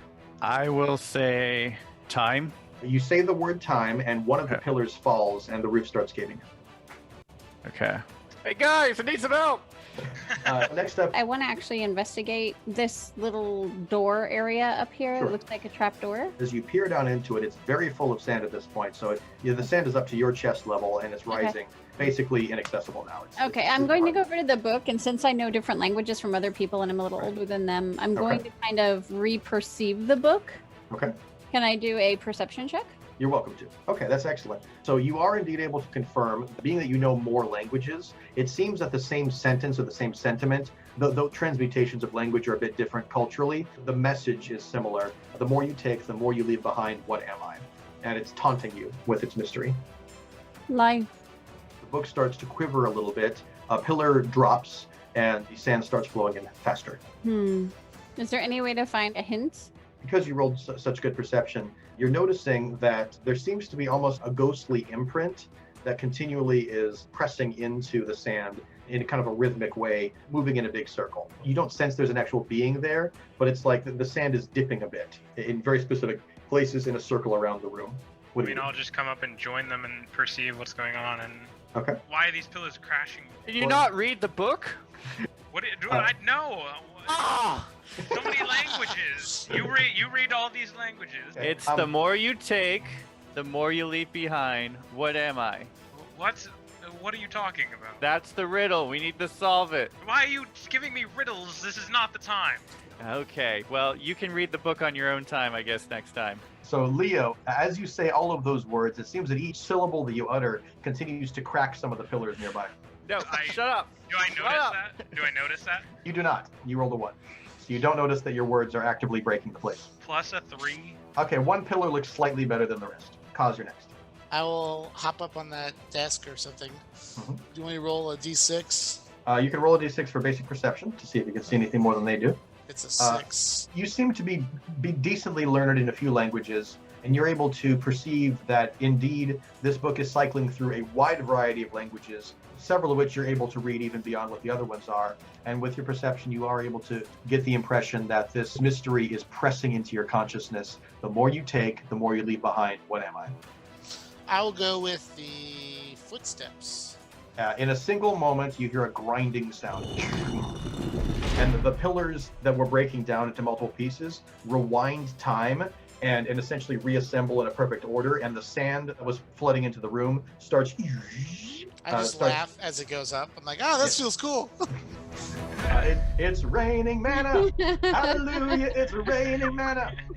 So all the sand starts going against gravity, sucking back into place. And you were like basically swimming underneath this stuff because you were doing the backstroke up to the book because you were within about a foot of the top of the roof here, height-wise, of the sand growing up. And indeed, it looks like that the room returns back to normal and the pillars restore exactly to the way that they were, like terrifyingly similar. In a singular moment, the trap door on the front right of the room disintegrate, an explosion of light, and you see a kind of darkness emanating from the trap door. And there is a way open, but the door behind you is still very tightly sealed. Can I take the book? Yeah, sure. So I have a 9 then, because I put 5. Holy crap. So this book jumps with joy into your hands because you solved the riddle. It is now your tome, and you now have a book that can shift into any language that can be used for perfect translation whenever you wish. Wow. It is called the Tome of Language. It is now yours. Excellent item. This is great. Everyone, you make it into the trap door. In this moment, you see Sister Ari.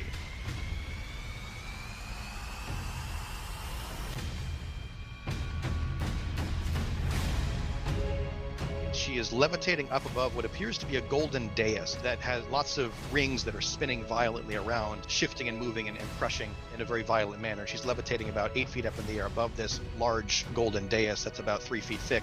It's humming with energy, and you can see that there's a white mist being pulled from her body, and there's a vial about 6 to 8 inches tall that's glistening, This white mist seems to be moving up and then filling this white vial. As you enter the room, you see sand falling from the top of the roof, and you also see that there's a swirling bit of shadows far over on the left side here on this doorway that look unusual. It's something that you've never seen before, and it seems to be like liquid smoke that's moving through the air in kind of a circular way, and it's a bit eerie and not exactly something that you wish to be seeing at this particular moment in time. It appears to be some kind of portal or something at the end of the room, and the red eyes glare forward ominously. And as you walk in, Sister Ari shrieks to life, and she screams out, "Run! I should not have beckoned you! And in wild pain, she racks backwards as she's floating in the air, and you can see that the red eyes that are glowing at the far end of the wall begin to drain her with an increased intensity. And you have just a moment to do something. I run towards her. Go ahead and roll me a d6. A 2, okay. So as you run forward, unfortunately, due to the intensity of the moment and the heart that all of you have to help our sister Ari, it seems that the ceiling itself and all the sand that's been dripping from the walls constantly starts to materialize and starts to pool into various pools all throughout the room. And in just a moment, you see the sand kind of grows up in shape into this creature, and it seems to be made of sand, as if the sand has come to life. Throck, a mighty sand beast that reaches down with his liquid sand arm and picks up this gigantic gnarled log that was sitting on the ground, stares at each of you and says, "The master has not invited you. Leave, and you may live what time you have left." The sand pools materialize around you to your left and right, and I would like for all of you to roll a d6 in chat, please. Okay, Issa, with your sharp eyes, you do notice just barely to your left ankle, one of the sand piles starts materializing into Basilisk. It's a terrifying beast with razor-sharp fangs, all of them made of sand. This beast swipes at your ankle, and you're just barely able to move your leg before he rips your leg completely off with his mighty talons and fangs. He snarls at you with poison dripping from his teeth. V, with your excellent roll of 6, it looks like that you indeed were able to see that just to your right there was a beast that also materialized. It looks kind of similar to the other one. The sand fang snarls at you and tries to leap at you, and you get to describe how you were able to dodge out of the way or not immediately die by his 3-foot wide jaws trying to clamp your skull. I use my hammer and I stick it in his mouth. Yeah! Propel him away. All right. As you do that, you currently have a sand fang. And this is about an 8 to 10 foot long creature, massive, about 300 pounds, 400 pounds. It's a huge alligator-like dude. He tries to grip your hammer and bite down. And as he's biting down in your hammer, he actually breaks a tooth. And he injures himself slightly, and he's now slightly damaged as a result. Can I pick up the tooth? You may have that tooth. You now are the owner of a sand fang tooth. Put it in your inventory. All right. So Throck begins beating the ground with his mighty stump, and he says, "Materialize, my brethren, and strike." And just as that happens, it seems that those of you that did not roll quite so well, including Armando, you indeed have gained the attention of these interesting characters that materialize in the back. So in this moment, the Venom Tip, that's way over here, he stares directly over at Armand and he locks a mighty sand arrow. It's dripping sand and poison. And Armando, I'd like for you to roll a defense roll as he fires a desperate arrow directly at your chest. Roll me a d6. Ooh, okay, that's very good. It would have been a very nasty strike, being that he had slight advantage, but due to your excellent defense, you do take 2 points less damage, and you are only struck for 7 points of damage as the arrow embeds itself in your thick armored shoulder. All right, so with that, at that exact same moment, it looks like Kaz, you did not indeed notice the Oasis Surger. You were distracted by the Dunefang and the Sandfang, and the Oasis Surger way over here, it seems to be some kind of caster, that starts to materialize out of sand and just blast you with this insane torrent of not so friendly, it's like a watery kind of feel, but it feels like you're being passed through with 100,000 needles. And I would like for Kaz to go ahead and make a defense roll. Standard d6. Let's see how horribly you're hit. Okay. So what caused this? What caused this? I like that. I like that. That's good. That's good. So Kaz, you do indeed take 5 points of damage as it blows your hair back and starts shoving sand directly in your eyes, and it hurts violently in your face. Your vision is slightly blurred now. And now, I would like for everyone to go ahead and roll a d6 for initiative to see who gets to fight back. 1 from V. All right. Killing it. Armando, it looks like that you are able to engage first. So many things to kill in this room. Throck is actively running towards you with a tree in his hand. Yeah, then I'm probably going towards Throck. Thwock? All right. He's walking towards the Throcken. I'm going to charge him. Titan Smash. Slam your enemy with a weapon dealing 1d6 plus 3 damage and rooting them in place for 1 round. Fantastic. Go ahead and roll that damage for me. 8 damage. Ooh, fantastic. So you do indeed Titan Smash. This dude is taller than you. He's about 13 feet tall. He's freaking huge. He's almost double your height. But with your mighty Titan Smash, you are indeed able to do a crushing amount of damage to him, and you break his left foot. He is now stumbling. Fantastic. All right, next up we have Leo. What do you do? I think I'm going to use my epic ability, Mad Sprint. I love this ability. Yes, I'm going to run halfway around the room, across the walls, flinging a glimmering barrage of daggers expertly at each foe you pass, dealing 2d6, and then add 4 damage for each foe you run past. Yes, make it happen. Make it happen. Everyone dies. He's a rogue. 7 plus 4 for each guy. It's a beefy strike. That is beefy. Math is hard, guys. That's 23. As you're slicing and dicing these daggers, the Dune Fang has 2 of his legs sliced off as you move through. Throck, wildly and viscerally battling Armando, takes 2 daggers to the side of his chest and he irks to the right. The Dune Ripper, who is just about to fling an axe at Issa, one of your daggers actually hits the axe, and the axe hits him on his foot. And the Oasis Surger, who was channeling this massive water burst upon Kaz, you shut him up. Your dagger actually slices through his cheek. He's going to have a lot of difficulty casting. You have done a massive amount of damage. And Leo is a badass. All right, coming up next, we have Issa. What do you do? I'm going to actually take a shot at the Venom Tip guy all the way in the back. He's kind of hanging out by himself. And, archers can hit anybody in the room. And I feel like that's a very low-key, unseen threat. So I'm going to see if I can take care of him. I'm just going to do my quick shot ability. Fantastic. And that's a standard range attack, firing a deadly arrow at range, dealing 2d6 plus 3. Fantastic. Roll it out. 8 damage to him directly. Excellent. So you do a massive amount of damage directly to the Venom Tip, and as he does that, he fumbles his bow and arrow to the ground, and you shoot him directly in the left side of the rib cage as he desperately clings to his ribs. So as that happens, Throck, in the middle of the room, tells the Sandscar, "Engage!" And the Sandscar takes his mighty polearm and jumps all the way up into the top of the tree here, and he starts spinning wildly as if he's like a whirling dervish of blades and metal, and everyone inside his melee range, which would be Issa, Kaz, V, and Sakris, please roll a defense roll. Let's see how much damage you take. With that, all of you take 7 damage plus your defense. V, please describe how you were able to take slightly less damage. I see him, I anticipate, but I stumble a little bit because there's sand everywhere, and I got my shoe, tumbled a little bit on the end. Fantastic. Don't you still have that dude on your hammer, though? Is it still on my hammer? Oh, it's on my hammer? All right. Let me do this again, then. Yeah. The dude on my hammer. All right, it's the sand tooth. Right on my hammer as I try to disengage from him.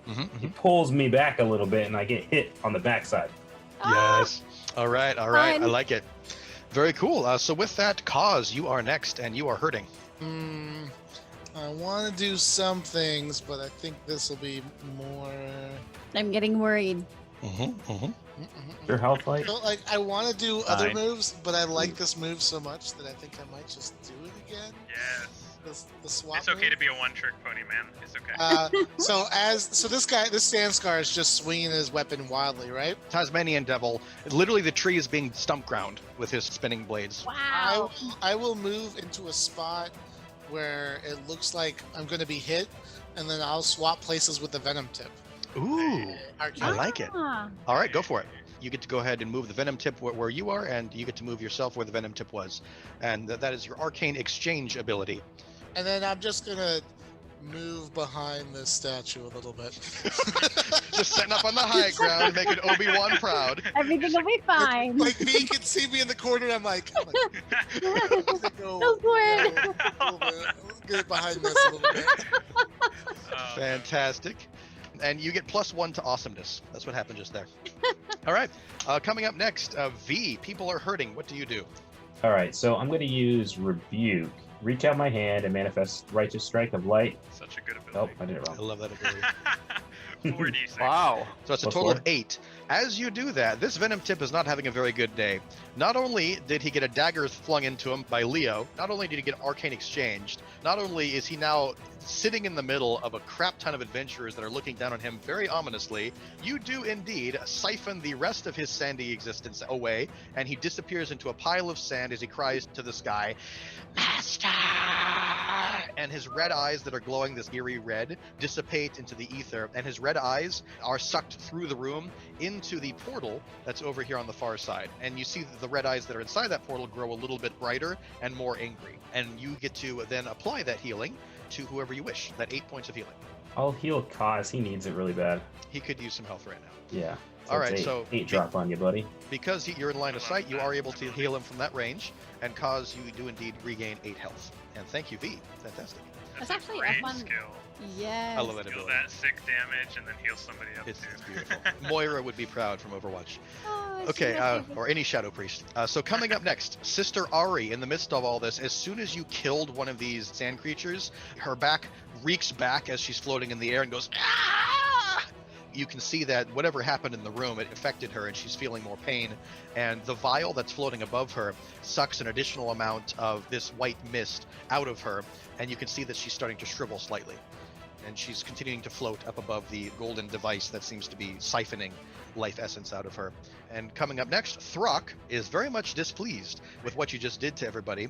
And he looks right at Armando and says, Puny plate wearer, this is smash. He jumps directly up into the air with his mighty tree, and he smashes you with the full might of this ton tree. And I need for you to roll defense. It could get nasty. Put up my shield. How did we do? Average. 3. All right, so with that, you do indeed take 1 additional damage from what I'm about to mention to you. And with this guy, he crushes you for 15 damage, plus 1 is 16 damage. Holy crap. Ow. That was beefy. That is a huge amount of damage. All right, Armando is down to 7 health. Be advised, Armando is down to 7 health. All right. I'm all right. Don't worry about He it. good. He got this. It's just a flesh wound. I'm a tank. I only need 1 Flesh HP. wound, no arms. All right. With that, the Oasis Surger turns around and takes a look at Leo. Though his mouth is messed up due to the dagger in his mouth, he takes his staff and wraps it in this like sandy muck water, and he starts to envelop you with the sandy muck water. Leo, go ahead and roll me a d6. Ooh, you take 3 additional damage. That's the worst possible roll. So as he does that, he strikes you for 8 damage, 9, 10, 11 total. So you get to describe why you took 3 additional damage. What happened that he was able to get? I was more just damage like to? running. I was jumping around, running the wall, like throwing all these daggers, and then I just kind of like come down, and I like feel like I have a really good hold over the situation. I kind of get caught up as Ari's like shrieking in pain. I kind of glance for a moment. I just standing captivated and kind of miss as he starts to grab me and just get swept up in what he's doing because I'm not paying close enough attention. That's exactly what happens. So after your insanely badass amount of damage you just dished out on half the entire room, the Oasis Surger was able to regain himself enough to do exactly what you just described. So that's beefy. That's beefy. So Let's put a little pressure on V here. Leo's a hurting here, exactly. Armando, you are up. Woo! Okay, I will do Champion's Roar. So I will inspire allies, increasing party's damage for 3 for the next 1 round. Yay! Also restoring a d6 to each with a rush adrenaline. So you do indeed cry mightily with a titanic roar, and it literally rattles and shakes the entire temple here, and sand starts pouring down from the broken ceiling. And in a moment, every single one of you sees the might and the strength of Armando, and he roars with such a vigor and a fight that you feel the adrenaline pumping in your veins, and you do all indeed gain health as a result of his inspirational roar. Roar.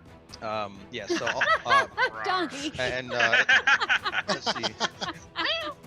So with that cat-like motivation, you all do indeed gain 3 health. So thank you, Armando. We desperately needed that health. Round of applause for Armando. Yay! Thank you, Armando. I'll be the next round. Between Armando and V, we're gonna do this, baby. God got bless you. good heals. All right, so with that, Leo, you are up. Which does it look like more? Is like the vial sucking her energy, or is it like the golden orb? It looks like the golden orb is mechanically pulling some kind of essence out of her. You also notice that there's kind of a shimmer around the entire apparatus that looks insanely powerful. Like, you've spent enough time in the arcane city of Sanubis, you've seen enough arcane work before that there's something emanating off this thing that almost feels radioactive. It is insanely powerful. You've never seen anything like this before. Do I, based off previous experience with arcane things, do I have any feeling that I'll be able to put a dent in this thing, or is it just like untouchable? Roll me a d6. Let's see how perceptive you are. Would this be, I was just gonna say, would this be a perception moment? Yeah, and you do get the addition of your perception modifier if you. So that's a 6 total. Excellent. So that's enough to determine you don't think a blade's going to touch this machine. There's something weird going on here. All right, then I'll probably avoid that route. So I think then I'll go ahead and smoke bomb actually. Excellent. Yeah. So Because you're down pretty low, right? You're at. Yeah, I'm not too low, but that's Okay, why yeah. I don't have to get any healing from V. Can let him heal some other people. So Yeah. I will smoke bomb, just kind of hang out right. I'll move a little bit just so he doesn't just swing in the same area and hit Excellent. me again or whatever. But Yeah, good move. Yeah, that's a disgusting amount of damage just went out, and thanks to Armando's inspiration and V's healing, you all are barely still alive. So good call there. And you also get plus 3 damage on that hide. That's right. Yeah. So you're hiding more damage. So keep in mind, for this next round of damage, due to Champion's Roar, you all do plus 3 damage straight up on all your attacks because Armando's freaking awesome. forget about that, but I think That's I'll right. still stick with that. So at that moment, the Dunefang leaps at Issa. I'd like for you to roll a defense. Let's see how good you are at deflecting what the hell that's coming your way. 2. Okay, you take 2 extra damage as a result of this. So the Dunefang leaps on you. Of its 6 legs, the 2 front claws wrap around your ankles and start clawing at your feet. And it does a 5 damage plus your 2 more, so 7 damage, and it starts clawing up your leg armor significantly. It's starting to get mangled, and you feel a significant amount of pain. My back is to him. I'm not even paying attention to him because I'm looking at everything happening with Leo and Sister Ari writhing in pain.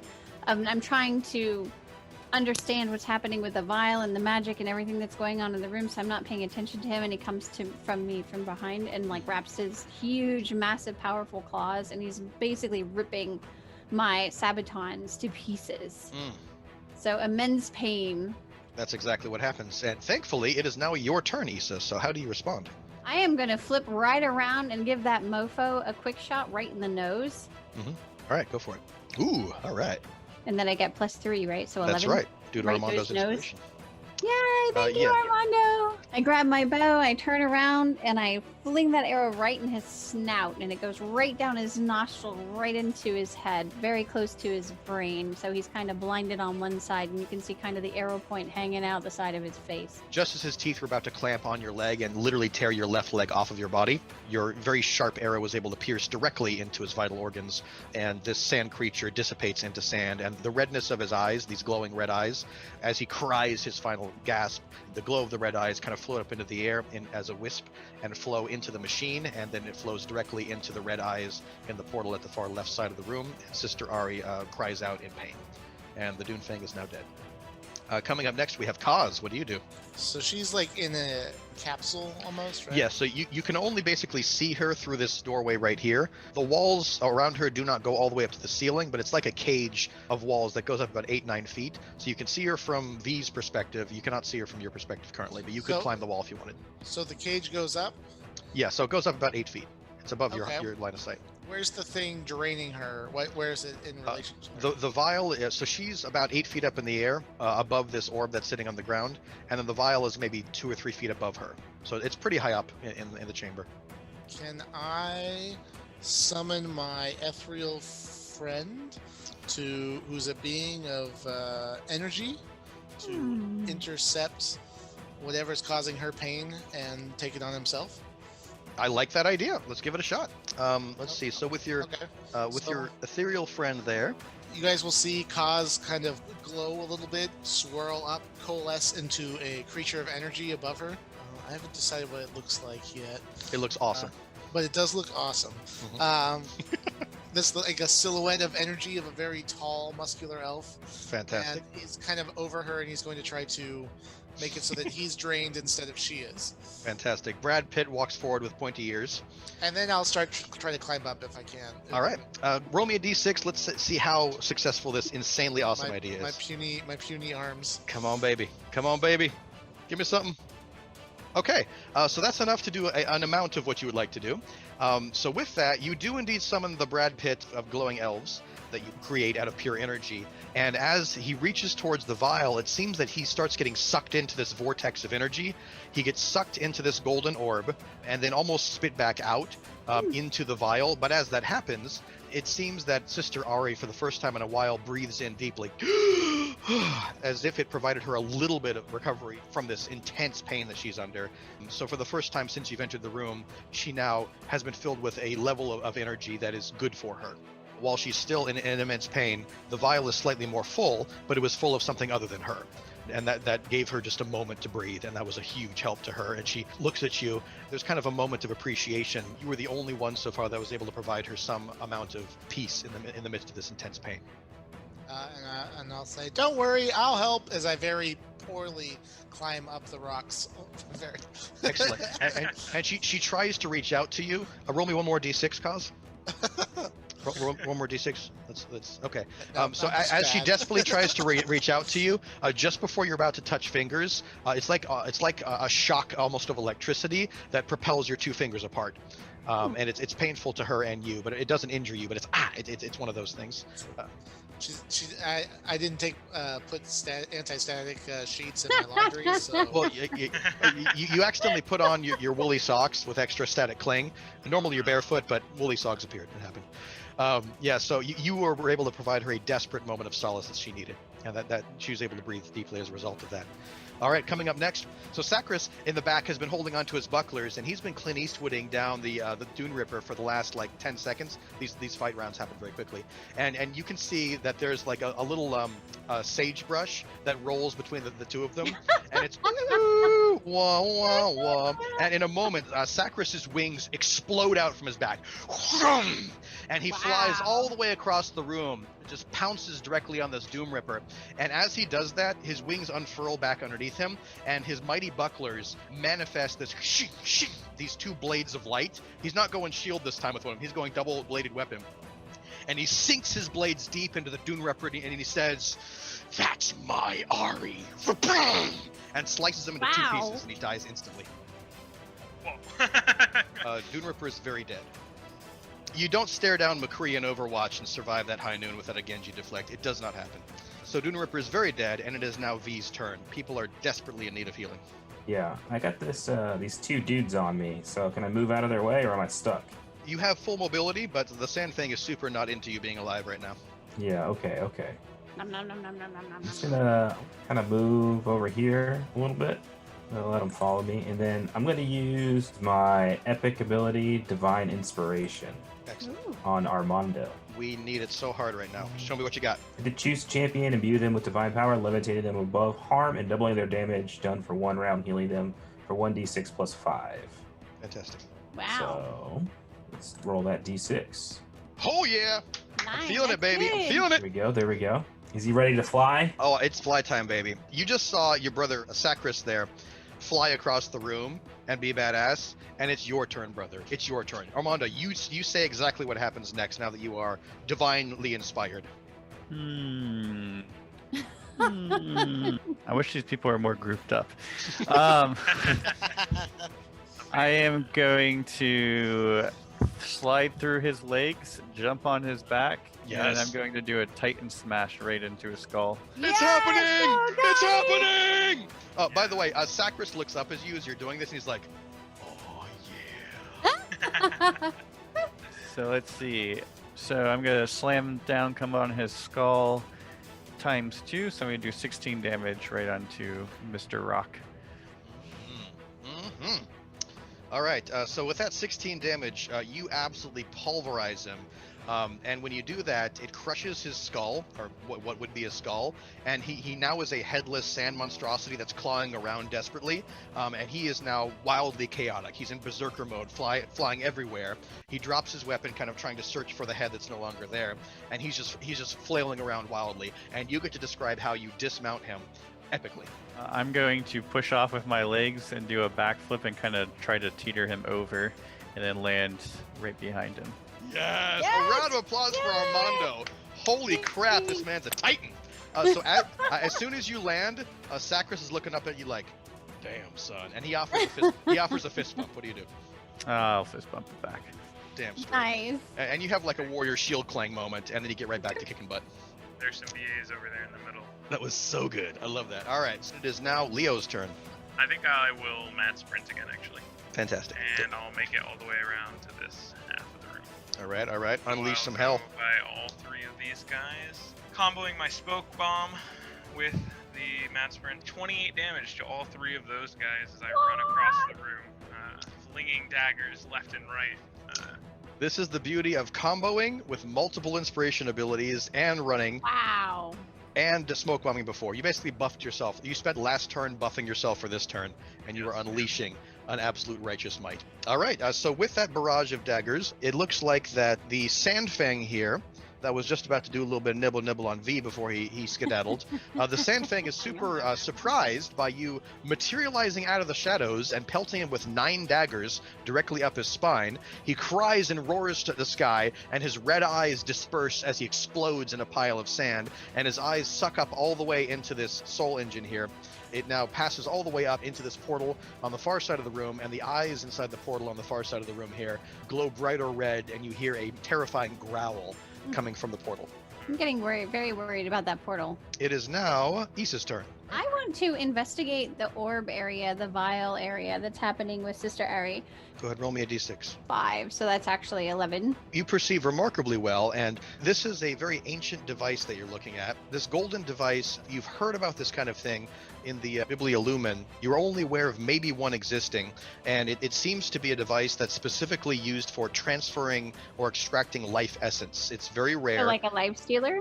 It's that kind of thing. It extracts and siphons soul energy. Normally, it's used in scientific research to transfer different forms of energy. It's like a converter, but it seems to be retrofitted in very nefarious means, and it's siphoning life energy out of Sister Ari at the moment, and you gain all of that with your perception. My eyes are locking on the vial. So you want to try to damage the vial. I'm going to do my quick shot. Go for it. So that would be 12. Excellent. With that 12 damage, due to Kaz's excellent setup of feeding this device energy to knock it offline temporarily, your arrow is able to knock this vial loose. And you see that during this entire fight, the vial has been filling up, and Sister Ari has been drained more and more, and she's starting to become emaciated. Her cheeks are starting to kind of lose their luster, and you're starting to see it's very desperate for her. She's been just racked in pain this entire time. And so your action, with the help of Kaz setting up what you've done, the two of you together are able to knock this vial free in these few seconds of this combat that we've had. And the vial is now disconnected from the machine, and it starts spinning wildly. And you see over here on the far side, the red eyes inside this portal over at the far left side start flailing, and you hear a mighty cry of just a furious rage. And this vial, instead of crashing to the ground, a red tendril of smoke shoots out of this portal from the far left side, and it grabs this vial that's halfway full. It sucks it all the way across the room into the portal that is now no longer in the room. The portal dissipates into smoke, and you can see that the red eyes of Throck, kind of the red mist that was animating this sand beast, dissipating, and it's now just this lifeless kind of pile of sand. The sand scar, who was just finished whirling his dervish, as it were, when the portal sucked the energy out of the room, his red eyes dissipated, and he just kind of devolved back into a pile of sand, no longer among the existent. It is now Kaz's turn. She's not free yet, though, is she? She's still levitating above this thing. She still seems to be locked in place, and she's in desperate pain. Can I roll a d6 to see if I can climb to the top of it yet, or? That's excellent, yes. Go ahead and roll me a d6. So with that, you are able to get up to the very edge, so you can see down into it, but as you're trying to climb up, the loose sand that's up on the top there, it's making it very difficult to come all the way in, but you can at least kind of reach out to her, and you could touch her at this point if you need to. Was she chained, right? She was not held by physical chains, it was red chains that were glowing translucently. And then I will summon my ethereal friend again, only this time it looks like a slimmer elf, very thin and gaunt and with flowing clothes, it looks like. Okay. It's all energy, so, you know. Excellent. It's just the silhouette. Oh. And they're going to help me try to undo the arcane bonds on her. Ooh, I like that. I really like that. I'm going to give out my very first inspiration dice reward for this encounter. Kaz, you are now blessed with the inspiration dice to be used at any time during this campaign. That is a really brilliant, and I had not thought of anything like that, a really creative use of game mechanics, and that's fantastic. Round of applause for Kaz. Yay! That was very cool. Very cool. What happens? It's outside the box. Okay, so as you do that, it seems that through Kaz's very outside the box thinking, he's able to essentially Indiana Jones swap Sister Ari with this arcane creation that you've developed, and the machine harnesses and grabs onto this arcane creation as Sister Ari starts falling from the sky. And as she's falling, V, you have a chance to do something.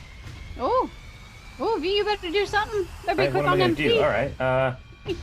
Oh no! So I can leap in there, catch her. You're a before priest. she hits the ground. Oh no, Donnie! All right. I'm stealing some of Armando's swag right now. There we go. There we go. So jump in here. So the priest indeed does levitate with the wings of angels, and the priest is indeed able to make it to the priest in time. And before Sister Ari crashes to the ground, likely to damage her horribly, all of you have a chance to interact with her as she's being cradled in your arms. I'm gonna run up to her and look at her and say, "Oh my gosh, I haven't seen you in so long. What happened?" She reaches up towards you, and she's bleeding out of her ears. Her eyes are almost glazed over. Her robe is shredded at the seams. She needs healing. She's heaving with a desperate level of pain. She gasps up towards you and says, Sister Isa, you came. I should not have called you all had I known what awaited you. This is more than I could bear. I'm a healer. V, what do you do? Really focus in, just rub my hands and right on her forehead. As you press your healing hand upon her, the healing that you're providing, this golden glow out of your hands, into her eyes, it continues to pull in and continues to pull in and continues to pull in, and you start feeling your very essence being drained by the effort and the energy you're putting into healing her, and it's starting to hurt you with the quantity of healing that she is requiring, and you're starting to lose your life. I'm starting to realize this is beyond my capability. With that, Sakris removes his helmet and slowly enters this holy space that V has created here with Sister Ari. Sakris gazes down upon Ari and says, Sister, I had feared the worst. Sister Ari looks up at Sakris and says, You did come. I should not have called. I should not have brought you into this kind of danger. Sakris looks up at all of you and he says, She has been deeply drained of body and soul. I fear she is beyond our healing. She will die if she is not taken to a holy place. Well, then we have to leave immediately. Do you know of any locations? Sakris thinks deeply and he says, The oases to the north are covered by the sandstorm and there is no way we could get there in time. There is a sacred healing place, but it's dangerous and it's surrounded by a wild jungle. It would be to the south and probably 3 days' trek. I look to V and go, will she survive 3 days? I don't know. Sakris looks at you after he's had a chance to read her, and he says, Between my might and V's, we may be able to make her survive the trek. It truly is our only hope. Sakris gazes at all of you, breathing deeply. He puts back on his helmet and he says, In the claw and shadow of Perehu jungle lies our destiny and our only hope. End chapter 1.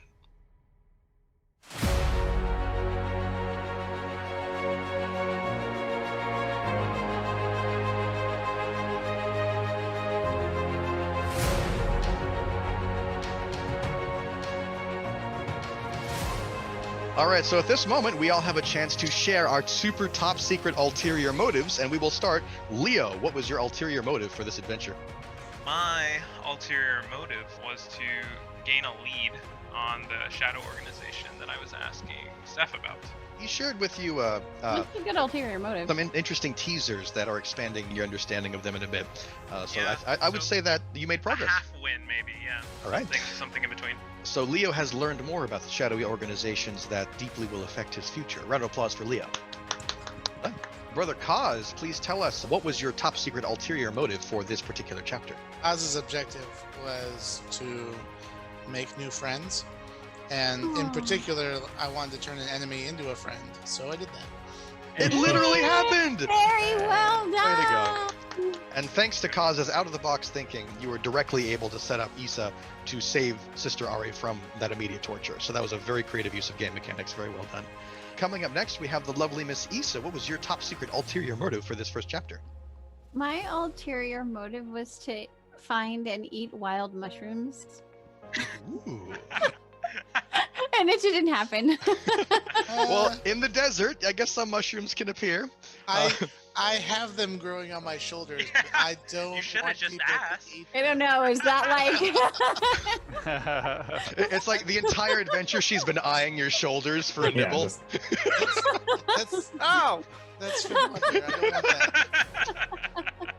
All right, so we made some progress. You met a never-ending source of mushrooms, so that's Yes, progress. that is true. That is true. And you made a friend. Very good. V, what was your super top secret objective for this adventure? Well, I know Kaz is my friend, but I was looking for like a little pet to have. I didn't find it. Oh, interesting. Something, sit on my shoulder and then I can hang out with. Pirates have anything? Did you miss an opportunity? There was the parrot, but he gave me the dirty look. That's right. That's not gonna happen. Remember that? He was like. I was like, not you. Yeah. Well, some of the most meaningful objectives take time for the right pet. You know what I'm saying? Takes time. Mm-hmm. All right. Certainly, last but not least, we have the mighty, brave, and badass tank Armando. Tell us about your top secret objective for this first adventure. Mine was to vanquish any evil enemy foes I crossed paths with, which I was good up until the point that Kaz teleported me off the pirate ship. So, and I stopped you from killing the guy that was on the pirate ship. Yep. So I almost did it if it hadn't been for Kaz. So that is just like Kaz to try to help. I'm gonna help, and he does help, but it's a different kind of help than what you're expecting. It was beautiful. All right, well, ladies and gentlemen, that does indeed conclude our very first week's adventure for Chapter 1, and we look forward to seeing you all next week for another action-packed adventure to see what dangers may be lurking in the Dark Fang jungle, and we will see you then. Bye-bye, everyone!